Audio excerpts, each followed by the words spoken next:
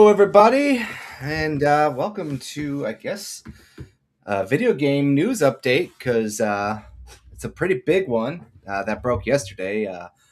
Microsoft and Xbox have announced that they're going to be doing 3,200 layoffs from the Xbox division throughout the fiscal year of 2027.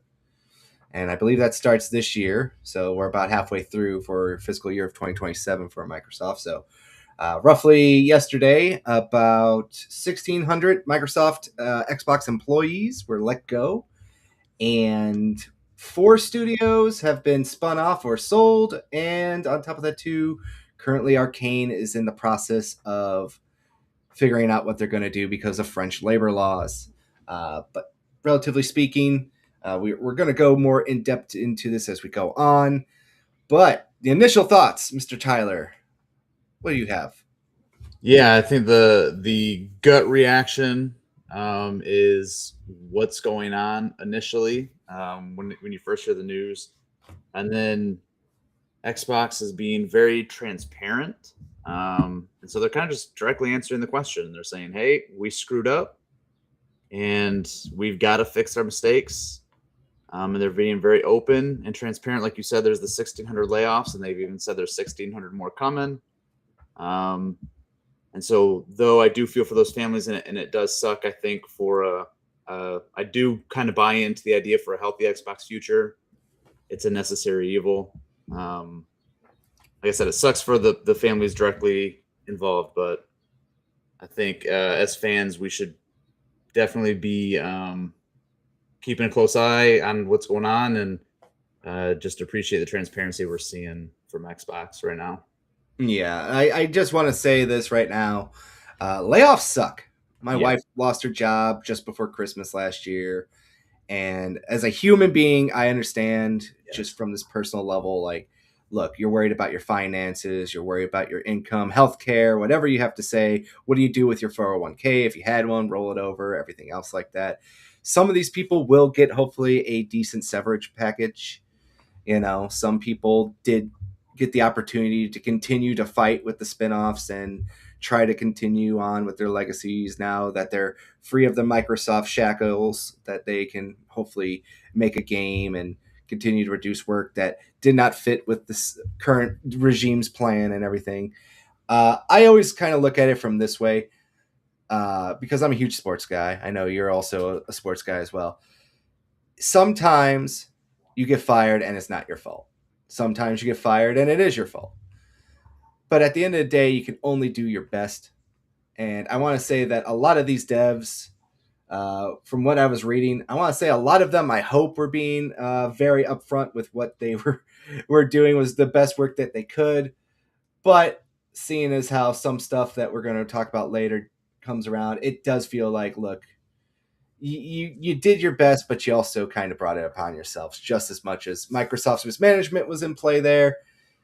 Mhm. 8 years to make nothing is also a bad sign when you have a job to make something. Yeah.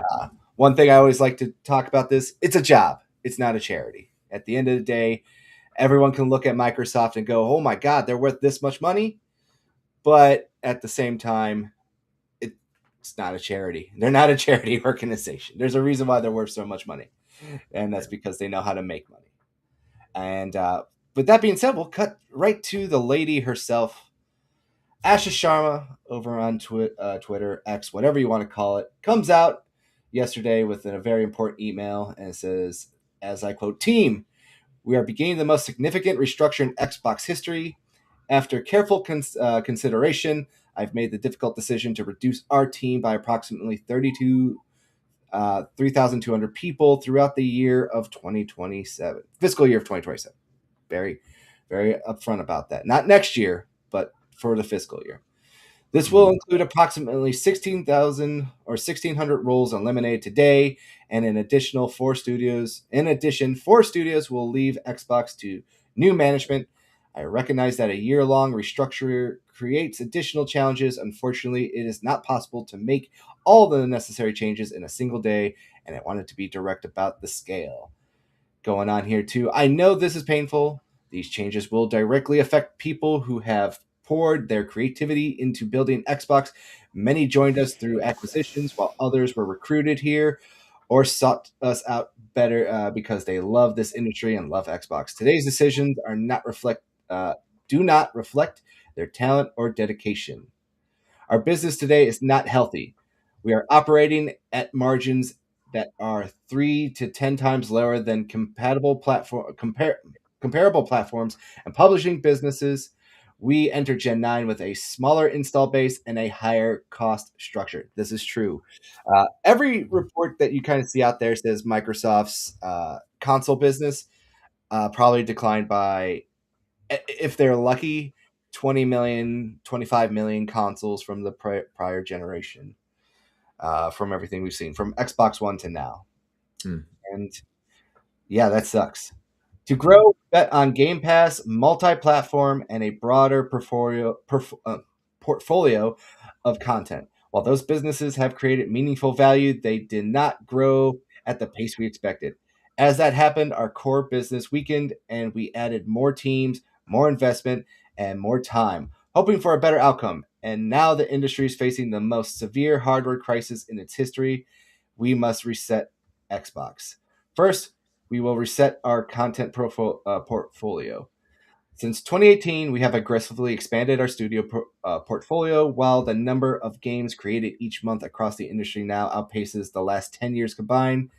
We now find ourselves competing not only with the largest publishers, but also the smaller independent studios. This is something I've been saying for quite a long time too, that there's just way too many games. Yeah. There's just way too many games. And it is hard to kind of, keep up with a lot of these releases and everything too. Yeah. Especially if you go with like the AAA. It does kind of, ironically enough, look like Sony might actually be doing it right, where they're slowing down their content releases versus Microsoft. They were really whole gun-ho on this Game Pass idea, so they just needed content, Yeah. Yeah. No, it's definitely a very different strategy. And yeah, I don't want to complain about having too many games to play, because I don't think that's necessarily it either. But when you have to manage all of this and funnel the money properly, and it all has to, compare against, you got your profits and loss statements and all that stuff. When all that comes into play, all these little studios, I mean, as we're going to see the rest of this email, it just becomes unmanageable. So Yeah. yeah, There, I agree. there is something to that. And when we got a couple people joining us first we got Mr. Angry Canadian saying, I'm wearing sackcloth while ashes on my head for this. And then we got Mr. Pop Culture Mechanic saying, hey, Carl and Tyler. How you doing, Pop? I hope you had a good anime con. Looking forward to hearing more about that. But as we continue on here, it is neither possible nor desirable to own every great independent studio, which is true. We have also learned that we are not the best home for every type of studio. In a typical year, we lost 64 cents for every dollar we invested. As we reset Xbox, we will help independent creators succeed by providing open development tools and audiences to realize their vision. That is insane in the grand scheme of things here. 64 cents for every dollar you earned. So you lost 64% of everything you earned. Yeah. You were still making money, but this is insane. Yeah. And we're going to find out more and more about a lot of these wasted money and stuff as we go on. But as it says here too, Compulsion Games and Double Fine Productions will return to management and transition to independent studios, while their IP catalog and runway for their next games with their IP catalog and a runway for their next games. Ninja Theory and Undead Labs have entered teams to join new ownership with funding to complete and grow Senua and State of Decay 3. In France, Arcane's management is being required to consult with its works council to review potential strategic options. So, yeah. Now we're going to get into just a little bit of this is a silver lining part. Let's just be honest here right now. Yeah, for sure. So I want to say this. Sony kind of has closed down a lot of their studios, did not give them a chance to go independent or anything else like that. A lot of these studios that we're looking at here, Compulsion, Double Fine, Ninja Theory, like these are studios that Sony kind of closed, in opposite with like say Japan Studios or even Pixel Opus and all that other stuff out there. I do think this is great to hear, especially because Compulsion and Double Fine are also going to get financing for their next game from Microsoft. That's what they've basically said right here. So I do wonder if they have another deal in place with these studios, but they just have they're just saying like, hey, after this one, we'll see what's going on. You know. Yeah, And, and it's cool that they're able to retain their IP as well. I mean, that's pretty unheard of. I mean, to be honest with you, when with your company worth like $1 trillion, is it really? Are you really banking the farm on a Keeper sequel Right. that you got to hold on to that IP? You know, Yeah. like I'm just gonna be honest here. But I do like that. Also, Ninja Theory and Undead Labs have been bought. I'm kind of shocked that they gave up on Undead Labs. Yeah. That one, I think, for me personally, I think was interesting. I figured they would just keep them on at least until they release the game. But now that we look at, say, the old Xbox, at the start of June, the Xbox showcase, when they were showing off all these games being multi-platform, it does feel like it makes more sense. That In what way? Because I uh, found that one interesting too, that they let go of Undead Labs because it's 2027, correct? Is when that's supposed to be coming out. yeah, I want to say the only reason I found it interesting was they announced that it was multi-platform right away. Oh yeah. And I felt like, well, why are they making this one multi-platform? Senua, I guess you kind of made sense. It's like, oh, they're gonna do another Senua game and everything, and then all Yeah. the like, everyone's going to be shut down, everyone's gone, everyone's dead, and then that turned out not to be true Right. for the most part. And then Ninja Theory, well, no, and Undead Labs, I figured, well, I thought they were just going to kind of write it out, especially if they were kind of going to go and get rid of them eventually. I figured they would just do the last game, and then after that game, they would spin it off or kind of reassess that. Because of just how much time and effort they put into these studios, Yeah. I understand the sentiment that Undead Labs hasn't put out a game since Xbox has owned them. That obviously is not okay, No. but um, I don't think this is necessarily a secret. That I mean, well, it's definitely not a secret that they've been in development hell for how long. But it seems like they're finally at that point where they're going to release it. At that point, you've already put 7 years into this thing. I don't understand why you don't just. You've taken a lot of gambles and bets. This seems like maybe a short-sighted thing to let them go right before release. I guess Yeah, that's just my personal opinion. But I agree with you on that one to an extent, because everyone else in this catalog that you have here, Compulsion Games, Double Fine, and Ninja Theory, all put out games that were just flops. No one was really yeah, interested in, and you know, like for lack of a better term, this stuff just didn't sell. You yeah, know, yeah, and I like Keeper. I liked South of Midnight. I loved Hellblade 2. But at the end of the day, some of these budgets for these games, they were talking about $100 million plus. yeah, for sure. And I've been saying people, I'm like, if you made negative 95 million back on some of these projects, Yeah, I you got to do something. And they could have easily closed them down. Look, all these studios we're talking about right now, most of them got basically a golden parachute. They were yeah, able to put out some games that did not sell, that weren't, attractions to get you to subscribe to Game Pass, and they had no audience for them really.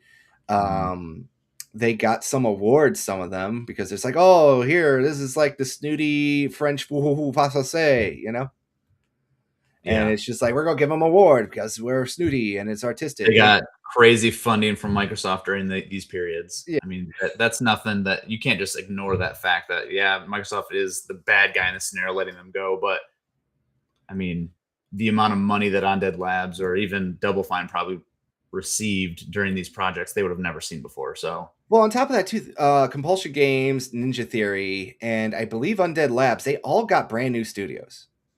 yeah, Like yeah, let's just be honest here. They entered into this agreement with Microsoft and they made out like bandits Yeah. and they're getting to leave with everything that they got. Compulsion Games got a brand new studio in Montreal.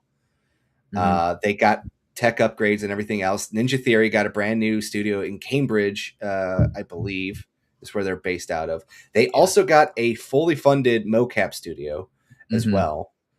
So they had a whole building built up from the ground for them to not only perfect their mocap tech, but to also increase their tech output with new updates and everything. Undead Labs was able to actually open a second studio in the New Orleans area for them to have it be a developmental studio. And that was after a lot of their leadership left. Ninja Theory, I forget the guy's name, but he left. Undead Labs, their original founder, that he left as well. Compulsion Games, I still think there's still the same core, but they were still kind of building up. Ironically enough, they were in the same building as Ubisoft Montreal, which I think just closed down, if I recall. Yeah, I didn't know that. Okay. Yeah. I didn't know they did the So same building. I mean, but like Double Fine, they've been around forever. They're yeah. still based out of San Francisco. I think Tim Schafer did a good job securing, funding and protecting his employees as well. So it's hard to argue that any of these studios that we're talking about are worse off than when Microsoft bought them.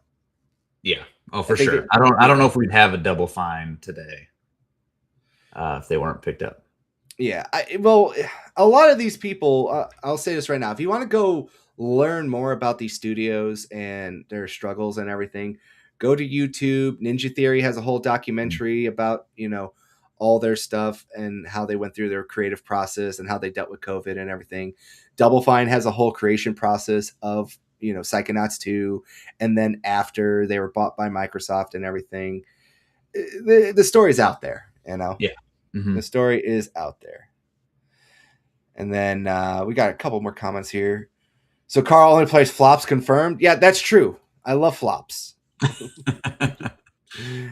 And Nas says, man, I miss so many of these studios, but the core problem with all of them is that all of the old devs who created their landmark titles are all gone and replaced by trans purple-haired fat lesbians. That's not entirely true. All those people still work at Double Fine.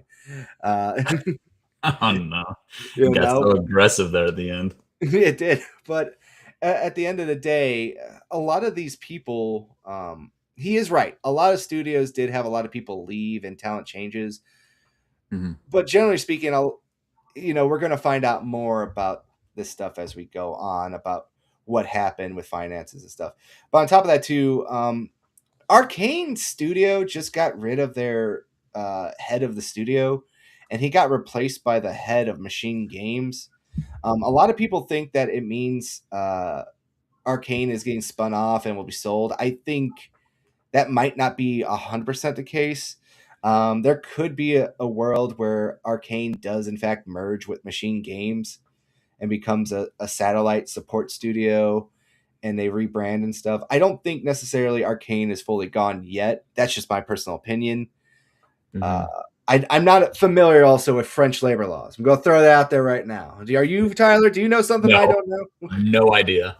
All right. So, I don't know who this Works console is. but another game too, Blade. You know, Yeah, that sucks, but yeah, that's what it is. It was announced at the Game Awards.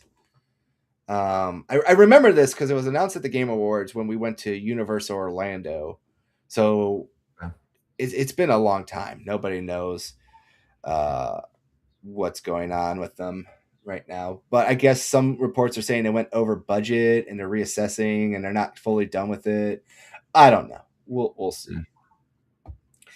We are also making reductions across other units and in some cases shifting investments to focus on higher priority projects. These changes vary in size across Activision, Bethesda, ZeniMax, Blizzard, King, Mojang, and Xbox Game Studios proper. None of our first party publicly announced games or projects are being canceled as part of these reductions. So that's good. Everything they showed off is not going to be canceled. It's full steam ahead and everything else like that. Yeah, that's good. So another thing too is higher priority projects. Obviously, that's been kind of put out there. The Halos, the Gears, the Fallouts, the Elder Scrolls, not Skyrim, the Elder Scrolls, Yeah. stuff like that. Tyler, what's your take on that? What the fact that we're gonna have a bunch of Call of Duties out there, we're gonna have a bunch of tiny studios that get absorbed into these big IPs. I mean, I think that I'm a little surprised that more priority hasn't been put on like a Halo or a Gears, or probably more so than those even Elder Scrolls until now. I do think maybe buying Bethesda for what was it? Is it 3 billion for Bethesda? Yeah, I think it was 9. It was 9. Okay, I don't know where I got three Yeah. billion from. I don't know what company I'm thinking of there, but Yeah, I'll spending look it nine up while billion you're dollars and then talking. saying make whatever you want and just sitting back seems like a poor decision. You obviously bought them for Elder Scrolls and Fallout, and even at a smaller extent Doom. But no, I mean, as far as Xbox goes, I get it. It makes sense. You need to focus on your big IPs, your money makers. You're a huge company. Like we talked about earlier, they made a gamble on trying to fill out Game Pass with some smaller stuff, which the gamble did not work out. I don't want a world where all we have is Halos and Gears of Wars, but I understand Xbox has to focus on those things, and those smaller studios need to probably remain independent. Yeah, Um, and I want to say this, and I want to know what everyone's opinion on this. This is just my personal view. yeah, When Microsoft bought a lot of these studios, it was a different time. We saw a good investment back in the PS4 generation that used to say PlayStation loves indies, Xbox loves indies, ID at Xbox, and everything else like that. right, sure, And I think that they went in trying to fill out the bottom of the roster without addressing the top of the roster.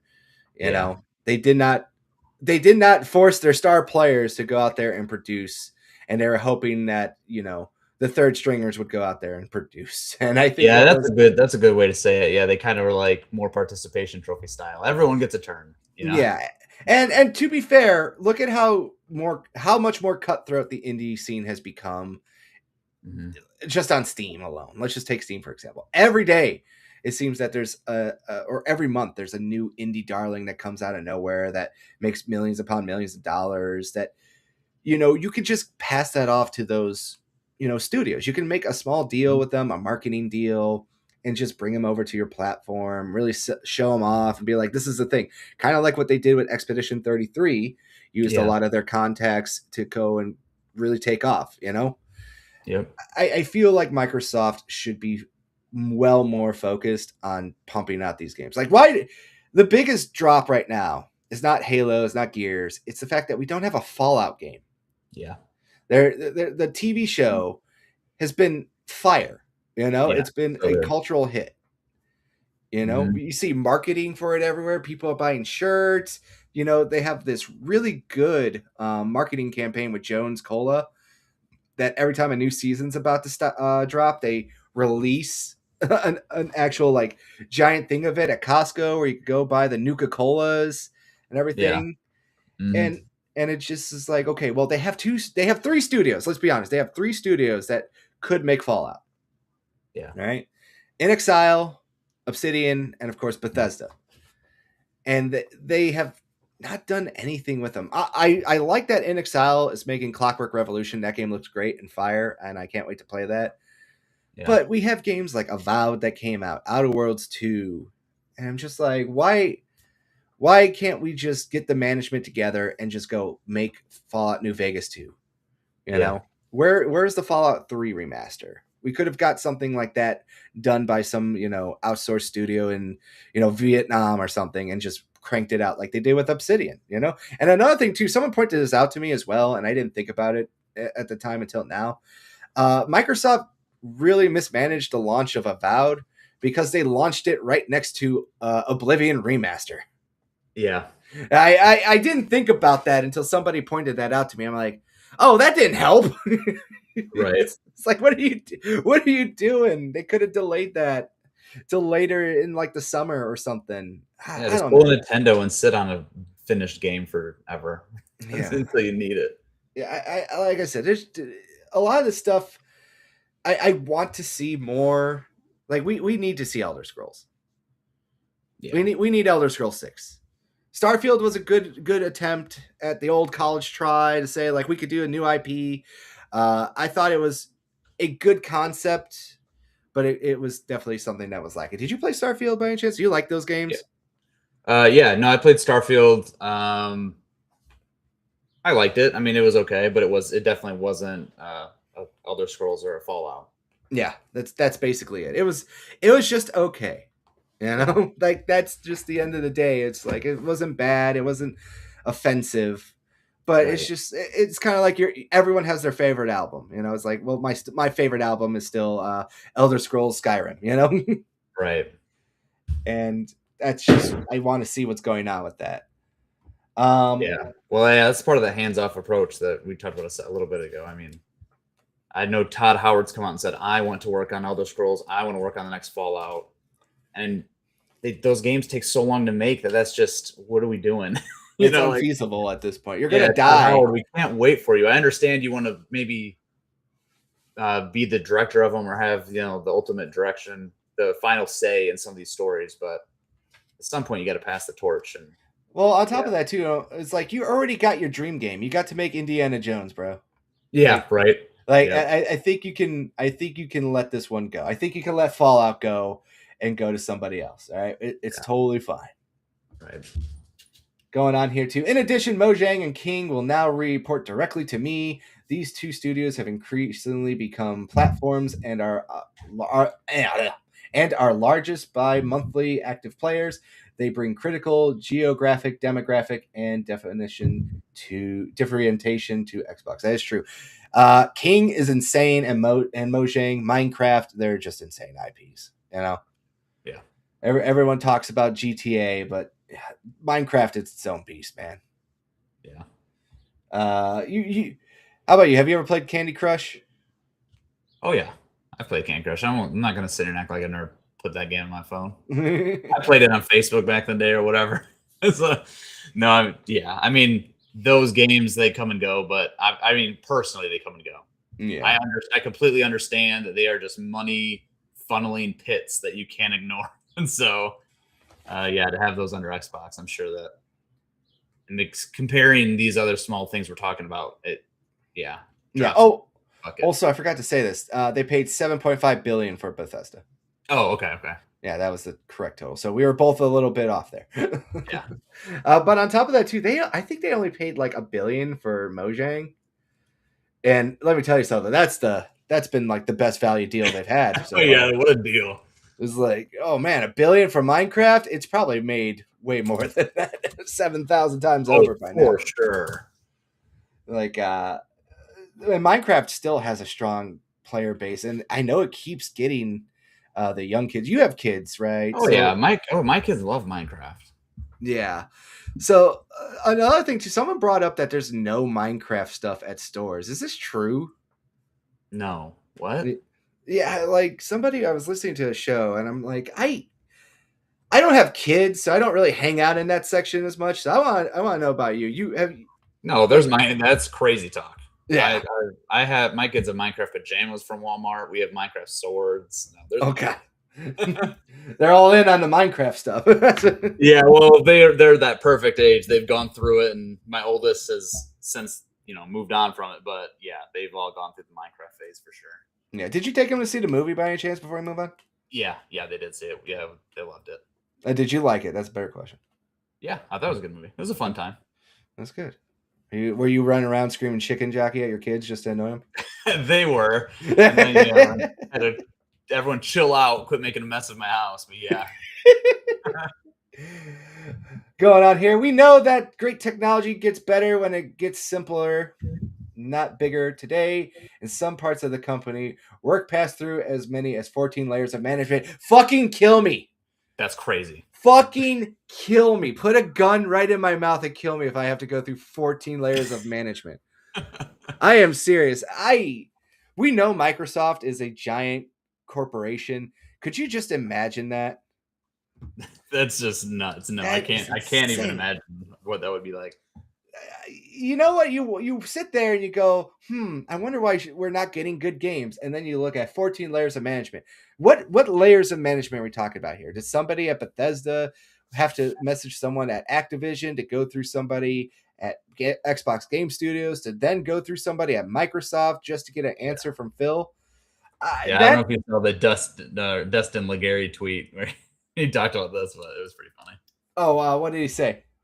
Oh, we had to find the tweet, but yeah, he did that same thing you just did, except he just went down all the layers and Oh, okay. So yeah, he basically just did the yes and. But it does kind of play into this thing that I've been saying. I shouldn't say you, but I'll say for me, where everything feels like at the beginning of this generation there was a plan. And now when you look at 14 layers of management, it just feels like that's where the plan fell apart. Like this is one of the big oopsie doopsies, as they would say, where the plan finally started to fall apart.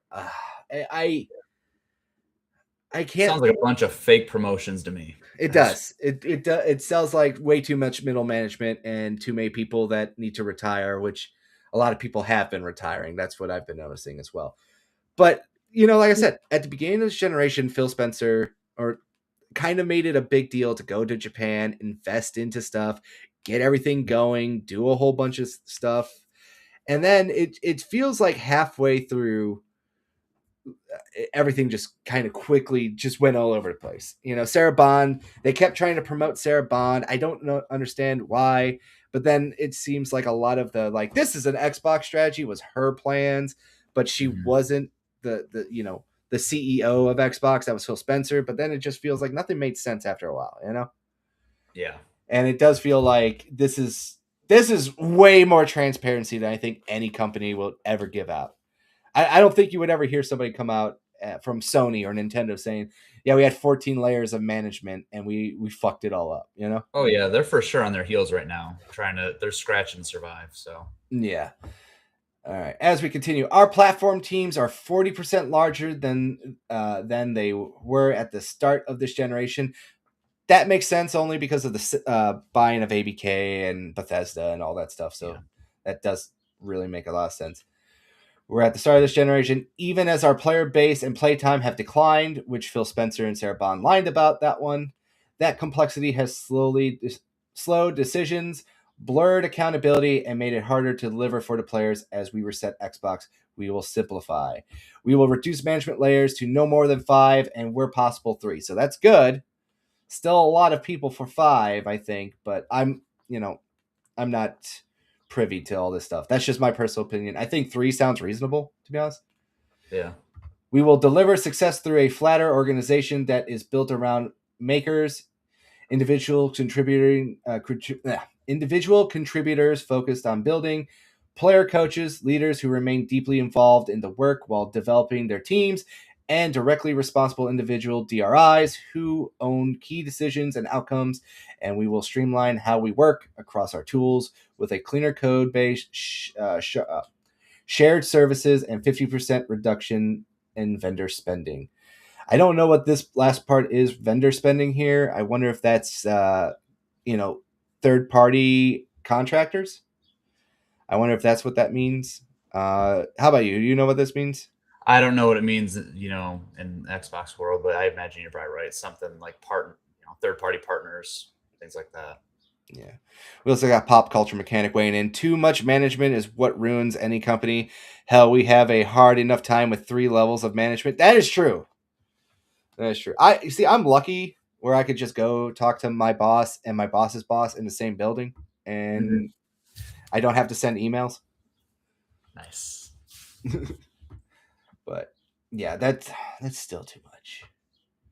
Third, we are resetting how we operate. All right, let's see how they're doing that. As Xbox grew our headcount, we became more fragmented. Team studios and functions often operated independently and became harder to work towards a shared goal, make the right trade-offs, and get things done. See, now this is where I'm going to come in here. So you have the 14 layers of management, and this plays probably like right into that part right here too, where some managers would not report to other people for some reason, trying to get their own interest ahead of each other. Office politics. More people that you can have be the king, the more people you can make the king maker. Yeah. So I think that is a good thing that they're going to function at. But they also made this big deal, uh, Phil and them back in the day, that all our studios are working together, they're messaging each other, they're building off the technology and that, and it does feel like the only studio that was doing that is the Coalition. Mm-hmm. That's all it feels like at the end of the day, that the only studio that actually cared was the Coalition, because they're the best studio I think Xbox has. I get crucified for that, but I'm just being honest. For the first time, we are establishing a chief operation officer. They didn't have a COO. I know that's crazy. When the first time, what? What is going?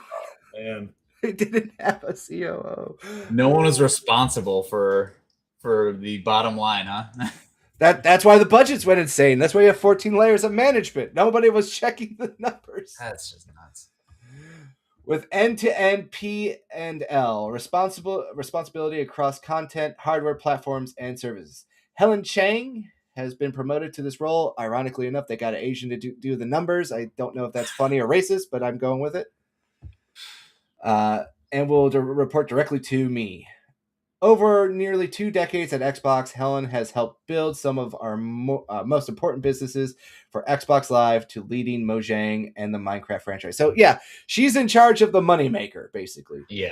I remember that she was the studio head of that. So I think they picked a good person there who kind of knows how to extract money and do, monetization and crossovers and everything. It's hard to argue against Minecraft for this, because they do have a few interesting spin-off games, but they have so many crossover promotions. I can't believe that, Yeah. like Avatar, Lord of the Rings. Like, I'm just like, what's going on here?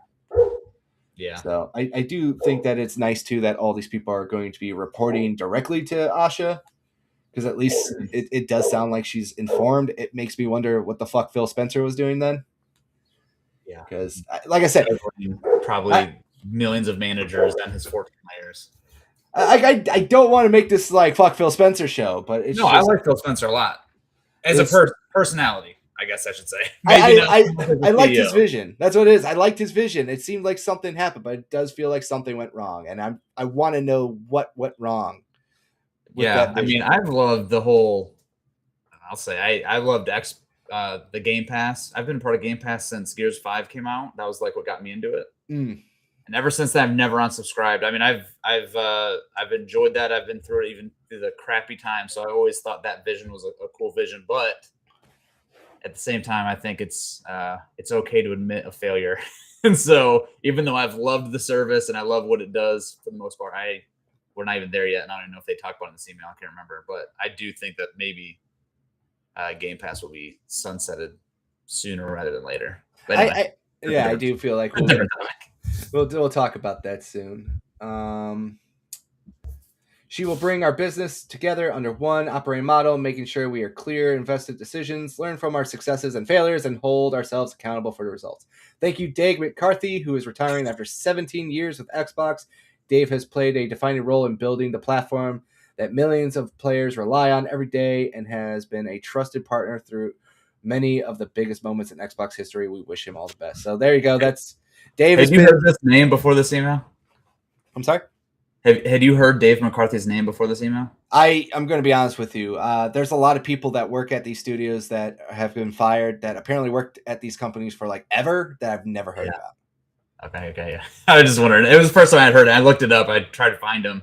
I found one picture of him, but I was like, yeah. Dave's not here, man. You got your watch and you can go run out into the sunset there, Dave. I don't know what you did, but Godspeed, I guess. I don't know. The best part of the only photo I found of him, he was wearing an Xbox Fitness shirt. So I don't. The changes are about a bigger future for Xbox, not a smaller one. The next decade of gaming will be large, more global, and more creative than anything we've seen before. This year, we'll invest as much in Xbox as we ever have, but we'll invest with greater focus, greater discipline, and greater clarity in the service of making Xbox where the world plays and creates. I want Xbox to be one of the few companies that entertains more than 1 billion people each day. The key word there is entertains. This has been kind of misquoted a little bit online. I'll address that in a second. Opportunity to create and connect. I know we can achieve this goal. Xbox has many more things. Bullshit, bullshit, bullshit. Thank you for your service, Asha. All right, so I know this has been misquoted a little bit online. I think she said like people are saying like reach is another one, like reach or you know get people like a billion people. Entertain. I think what that means is Xbox brand in general. That means you're Mojang. That means you're King. That means you watching Fallout TV shows. That Yeah. means like a cartoon version of Battletoads, whatever the fuck, you know. And Right. also playing games on PC, playing games on Xbox proper, so on and so forth. But yeah, that's an interesting thing. I know there was another interview she said earlier. I think it was with Entertainment Weekly, where she said Microsoft wants to invest more into the entertainment side with movies and TV shows of their IP, such as Fallout and Minecraft. I know Minecraft 2 is in the works right now, so it's kind of hard to argue it as well because it made $1 billion at the box office. Yeah. So that's one of those rare games. Oh, not rare games. Rare profitable like movie things out there. Movie game tie-in. Yeah. So yeah, that's Asha's words herself. We got a couple more things that have been going on here, as well as we've talked about it too. We've learned that 25% of Obsidian and about half of id has been laid off, and I feel like it's a weird one to talk about because I've seen reports online that it has 180 devs to somewhere on LinkedIn. I never used LinkedIn. Do you know what link? Do you use LinkedIn, Tyler? Yeah, a little bit. All right. So somewhere on LinkedIn, it said that they might have 340 employees. Okay. Do you know how that is counted on LinkedIn? Could you explain that? I have no idea about LinkedIn. So can you Yeah, give I me mean, a it's just a social. Yeah, I mean, I don't know how those numbers are calculated because I know, I mean, I use it for work and stuff. So I've seen companies say 20,000 plus, or these huge companies. I don't know if those numbers are really super accurate or you can really trust them. I don't know if an employee leaves, it removes them from the count. I don't know. I wouldn't so trust those numbers on LinkedIn necessarily. so let's just say we'll split the difference. There was like 220 devs. Let's 200. just say that. Yeah. So roughly, reports online from former people who worked at the studio who have friends there said about 95 people have been laid off, and other former employees saying nearly half the studio has been laid off. A lot of them have been around the id Tech software, so the id engine, Mm-hmm. and then of course QRs and other devs who did other things across that. It does make me wonder if this is probably more of a attempt to kind of push a mandate that everything Microsoft is trying to do is convert all their first party studios over to Unreal Engine. For sure. That's what that does feel like to me. This is like the only layoff like where I. So we're talking about id Software. Everyone's talking about, oh, id, they made all these great Doom games and everything. I've been looking online just as much as I could. And this is all Google and what I can piece together as a Google detective. So I'm not accurate, don't have any insider knowledge, and it could all be bullshit. And this is just my opinion. So I'm not trying to claim this as an expert, but we do have information out there that roughly $90 million was what it cost to make Doom 2016. And then there's reports out there that Doom Eternal was $150 million to make Doom Eternal.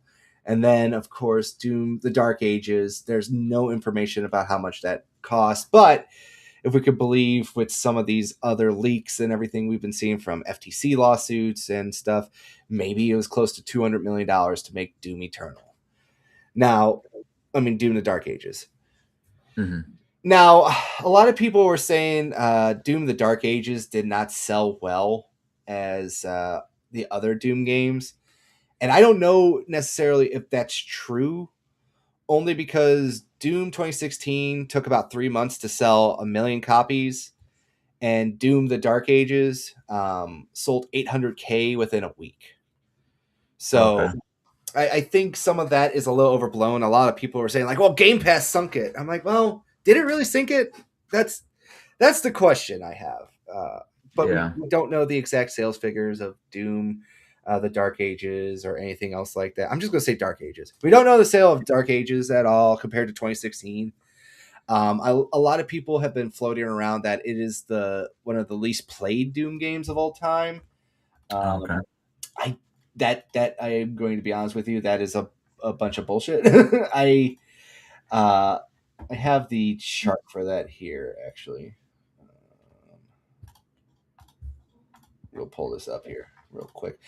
But it's kind of like, yeah, it's true, but it's not the way that you think it is kind of true. You know what I Is it mean? not? Is it not limiting like the time or something that the other games have been out? So I'm going to pull up this chart. I have it saved right here. So um, right up here. This is going off of Steam numbers, where most people get their information from nowadays. Right. And where is this at here? Yeah, here it is. So here's the chart that a lot of people have been referencing, where technically it's true. The all-time peak for Dark Ages is lower than 2016, but it's like 200 off the pace. You know, Yeah. it's not that big. It's got a higher peak concurrent count for 24 hours than the other two combined, Right. and it does have you know, a better play time than everything else. But overall, it's hard to fight what COVID was as well. So Doom Eternal did get a boost from being released during the start of COVID. Hmm. I think there was some estimates out there that Doom Eternal sold about 5 million copies, but I think every person I've talked to that talks about Doom kind of admits that yeah, COVID inflated those numbers as well. Hmm. Okay. So everything that I'm piecing together was the reason why it got hit hard. There's three reasons. And these are my three reasons. Number one, like I said before, I do think that there is a big push by Microsoft just to kind of focus and bring everything under Unreal, especially because they have one of the best, if not the best studio, besides for Epic themselves, that understands Unreal Engine. The Coalition has been used for many tech demos with Unreal in the past, Yeah. and I think they've been one of the best support studios. And if Gears E Day is any indication of what they can do, oh my goodness, Gears E Day, oh, Yeah, it looks beautiful. that looks amazing! Can't wait for that. Well, and I mean, I'm sorry if you're going to get to this, but they just released the Xbox Toolkit for Unreal. I mean, that kind of for developers. Yes, I So actually was going to bring that up. okay, not trying to jump the gun on you. It's like that's a good thing here, but I did bring this article up. I did share it in our little group chat. Oh, okay, that's where I saw it then. Okay. Yeah, but yeah, I did bring this up here too. I'll bring this up now since we're here. But to kind of bring it back to focus real quick, I do believe that helped. I do not helped. I'm sorry for everyone that lost their job for that. I just believe that, especially with Halo being on Unreal, with all these other like they made a big deal about Slip Space Engine, and they're like, now we're going to do Unreal for the Halo campaign Evolved, you know, Yep. and I feel like that's a bad thing. Number two, I feel like Doom: The Dark Ages, from all the numbers I could put together, I was like, okay, let's just say they only sold 800,000 units, and let's Hmm. say the 3 million people only signed up for Game Pass. Off the top of my head, I said if all is charitable and all is well, they probably made close to $100 million back on Doom. But if that's the case, they still lost $50 million. If that's the numbers that we're working with, like just the numbers that we have publicly available off of the 3 million people who played it on Game Pass at the time when the price I think was like $15, and then the 800,000 units that sold across Xbox, PC, and PlayStation. Ooh, I want to say the numbers add up to roughly about 100 mil, which is great if you have a budget that is 50 million. Yeah. And Right. I'm looking at what they're kind of the trends and what we're seeing in gaming. I don't think that budget was, anywhere close to, 100 million, especially because No. Eternal costs more. And I can only see everything going up post Eternal World. But yeah, this is an article here too.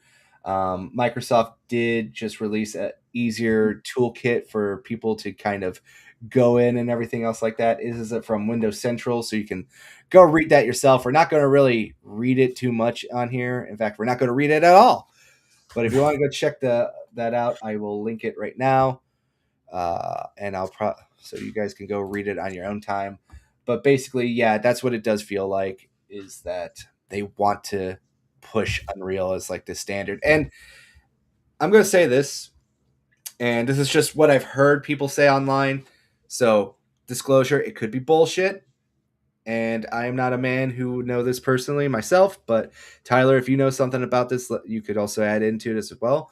I heard that a lot of people that go to these tech schools now to learn and get their masters and stuff, they only really teach them the free shit, like Unreal and not Source, Unity. That's it. But like they only teach them this stuff, and then they go to these studios and they have to relearn everything to make video games, because they're not used to working with Creation Engine. They're not used to working with id and all these other proprietary engines. And it's become a big hassle as to why a lot of these games are taking time, is because they're hiring these people fresh out of school that don't know how to work these engines. And the people that were there have either left the studio, retired, or sadly have passed away. Do you have anything insight onto that?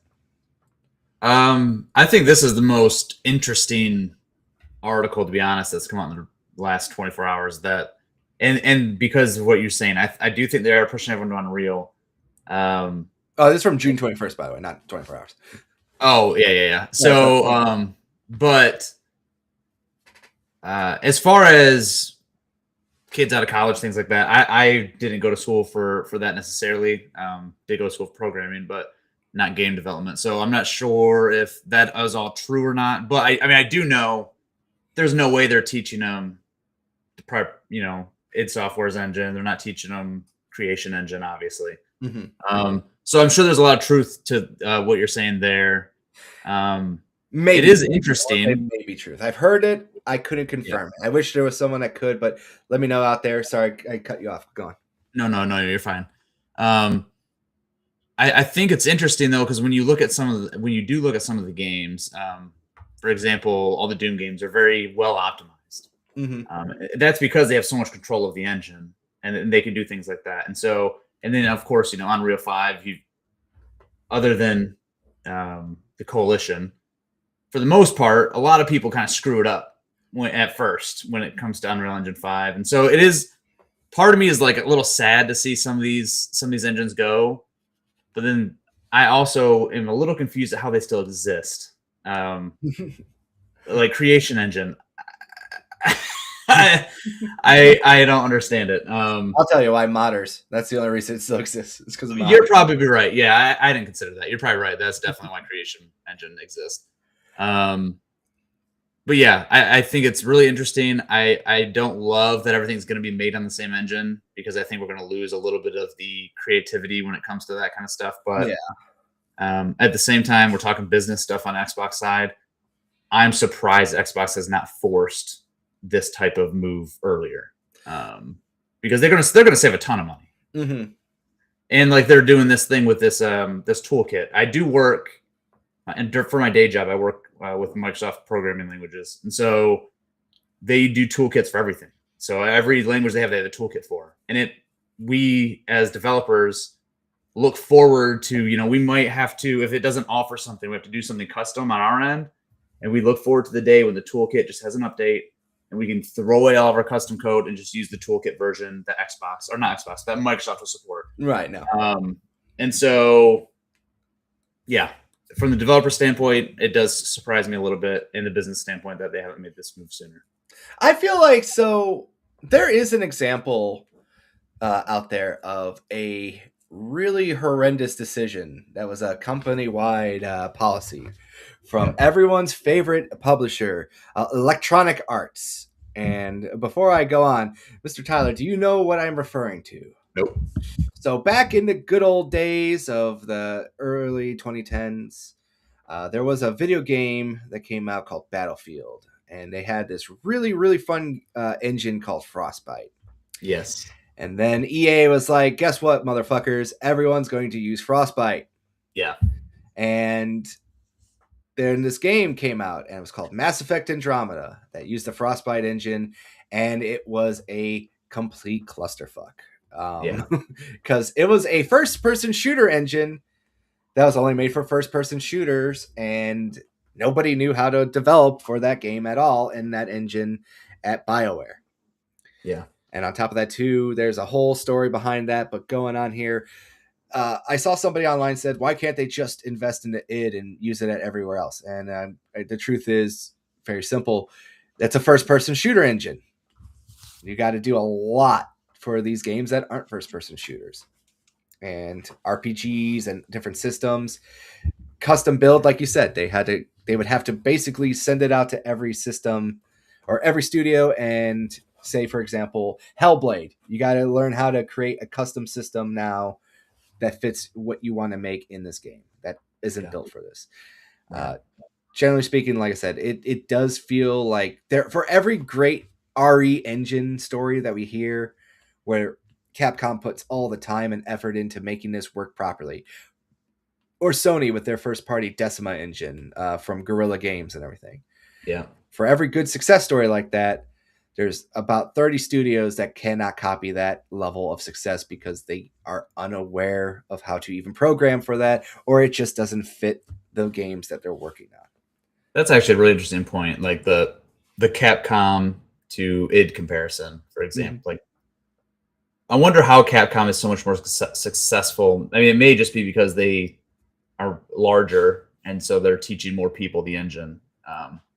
Yeah, I do wonder, because that is like their strength. I mean, that RE engine, they're pumping out great games very quickly, and so they've obviously figured it out. So now it's interesting. We can answer that question, but I think I can answer that question actually, because I think the first game that they actually used the RE engine for was for Resident Evil 7. Mm-hmm. I think that's what it was. And then they slowly started with the weakest console they could get it on, which was the Nintendo Switch, and then slowly built around that as well. The RE engine was first used for Monster Hunter, not stories. I'm drawing a blank. The one in between Wilds and World, Rise, for Monster Hunter Rise. And Monster Hunter Rise originally started out as a Switch exclusive game. Mm-hmm. So I think what happened was they started out with their big budget titles, but they also made a very strong decision to downscale that engine for a console that's basically the equivalent of an Xbox 360. Yeah. And they really optimized the hell out of it to basically, now that they've trained it, they've had years to work with it. They've had it play at like the minimum spec. They've had it play at the highest spec, that they just know how to work it. And I mean, to be fair to id, I feel like they've kind of done the same thing. Mm-hmm. I mean, it does play on a Switch, and so I think they've done it. Maybe the difference is that it's just used for Doom. It's not used for many IP and across the whole. Well, there's not much more IP. They have. That's pretty much it, really. And they've talked about Quake and things, but yeah, maybe that's the difference there. I don't know. And I'm going to be completely ignorant on this. I don't know how many people you actually need to run this, engine to support it. Yeah. Yeah. I don't know how many people you need. That kind of comes up to my second follow up now, or one of my third point. They just got done with the DLC. They just shipped, that just came out today. I don't know exactly how many people they need to kind of keep around in a downtime. Especially because who knows if they have a storyline set up yet for a new Doom game. I haven't played this DLC yet, so I couldn't tell you how the story goes yet, so we'll see. But it's a prequel nonetheless. Uh, don't know what the future holds for id. Hopefully, after some time, they can staff back up and maybe work on a new Doom game, or maybe work on Quake, or maybe they're just going to be a support studio to help pump out Elder Scrolls 6. Who They're knows? going to Elder Scrolls, baby. Yeah. I I mean, I know that sounds bad, but at the same time, they did just ship a game, and to be honest with you, what's a bigger franchise, Elder Scrolls or Doom? Yeah.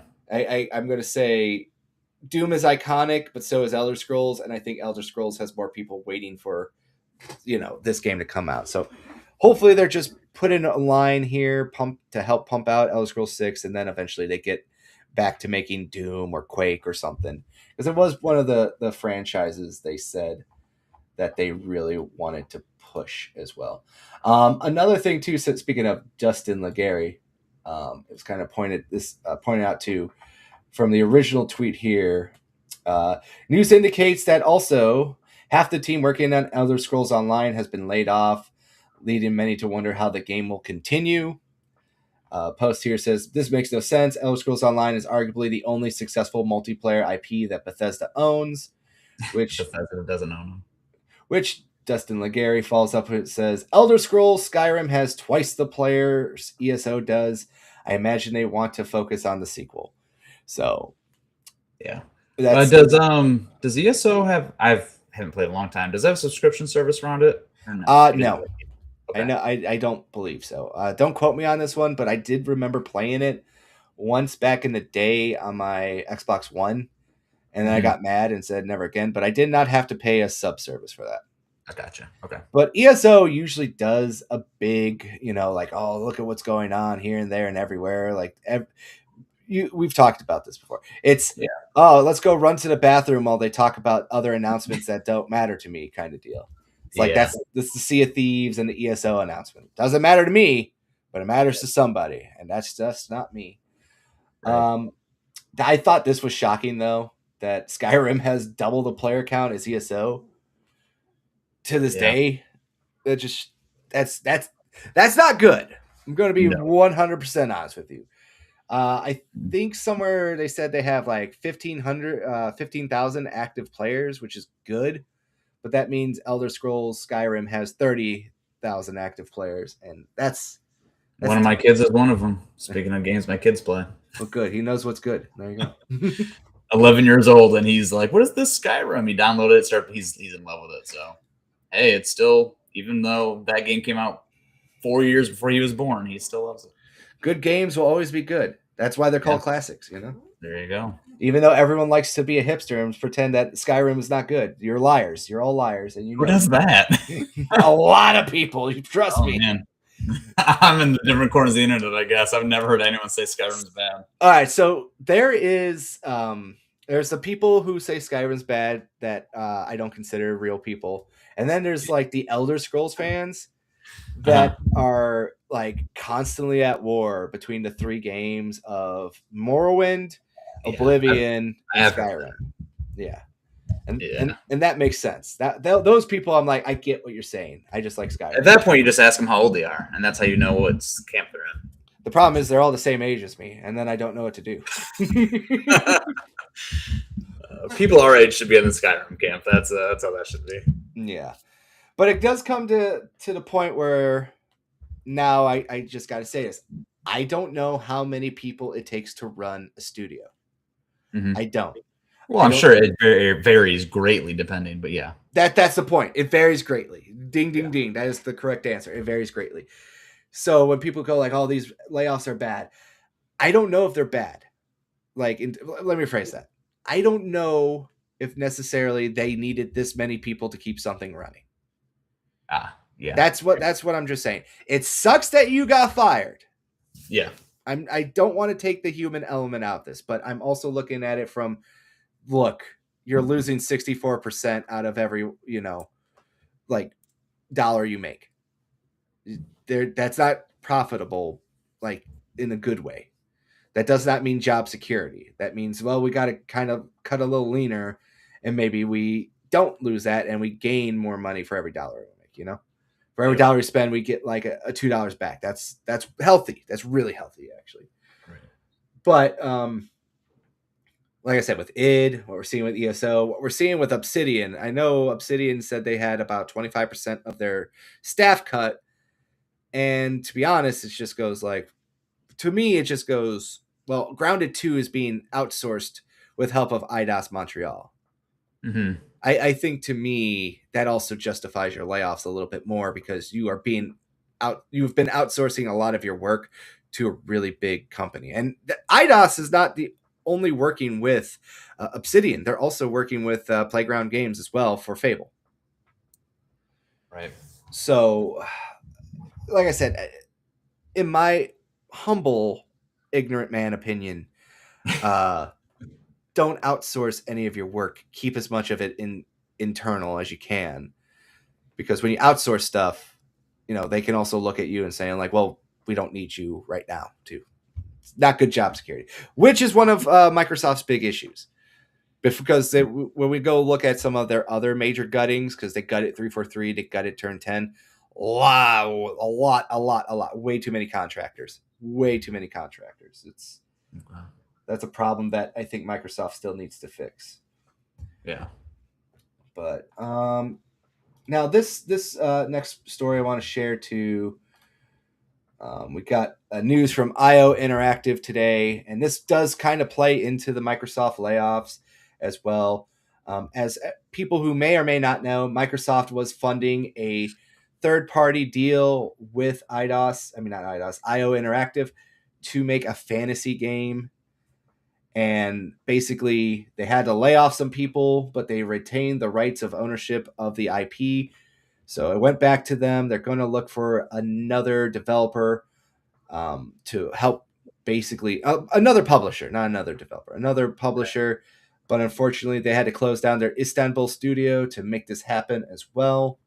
Link to that if you want to go read more of that post online is at I think all major outlets or major social medias. So go check that out. It's sad.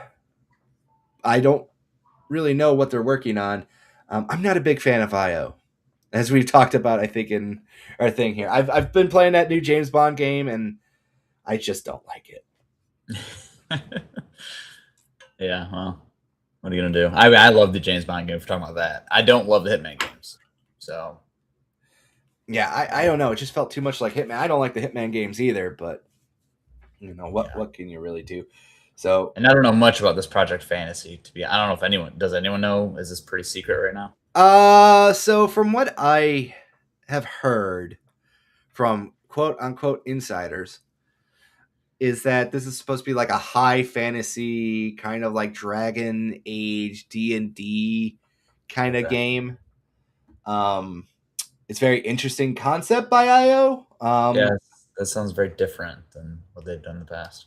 Yeah, and especially because if it does, is it going to play like Hitman? That's my big concern already. Walking around, hitting a dragon with a sword. Yeah, or just like sneaking up on people and having like a really bad animation of poisoning and then running away. I'm an elf, sir. I don't know what's going on here. Okay. But yeah, that is the news. And now this brings up to something that came out today. This comes via Bloomberg, and we are going through the paywall here as well.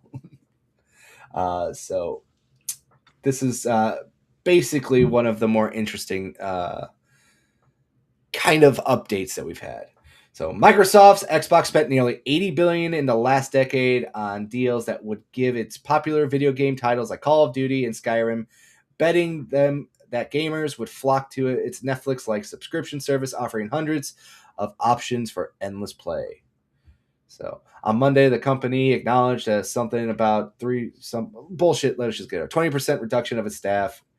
Kind of going on. We wanted to attempt to boost Xbox's last place position among console makers after Sony Group and Nintendo ended in a glut of overspending, leaving Xbox bloated with studio staff and too many games people didn't want to play.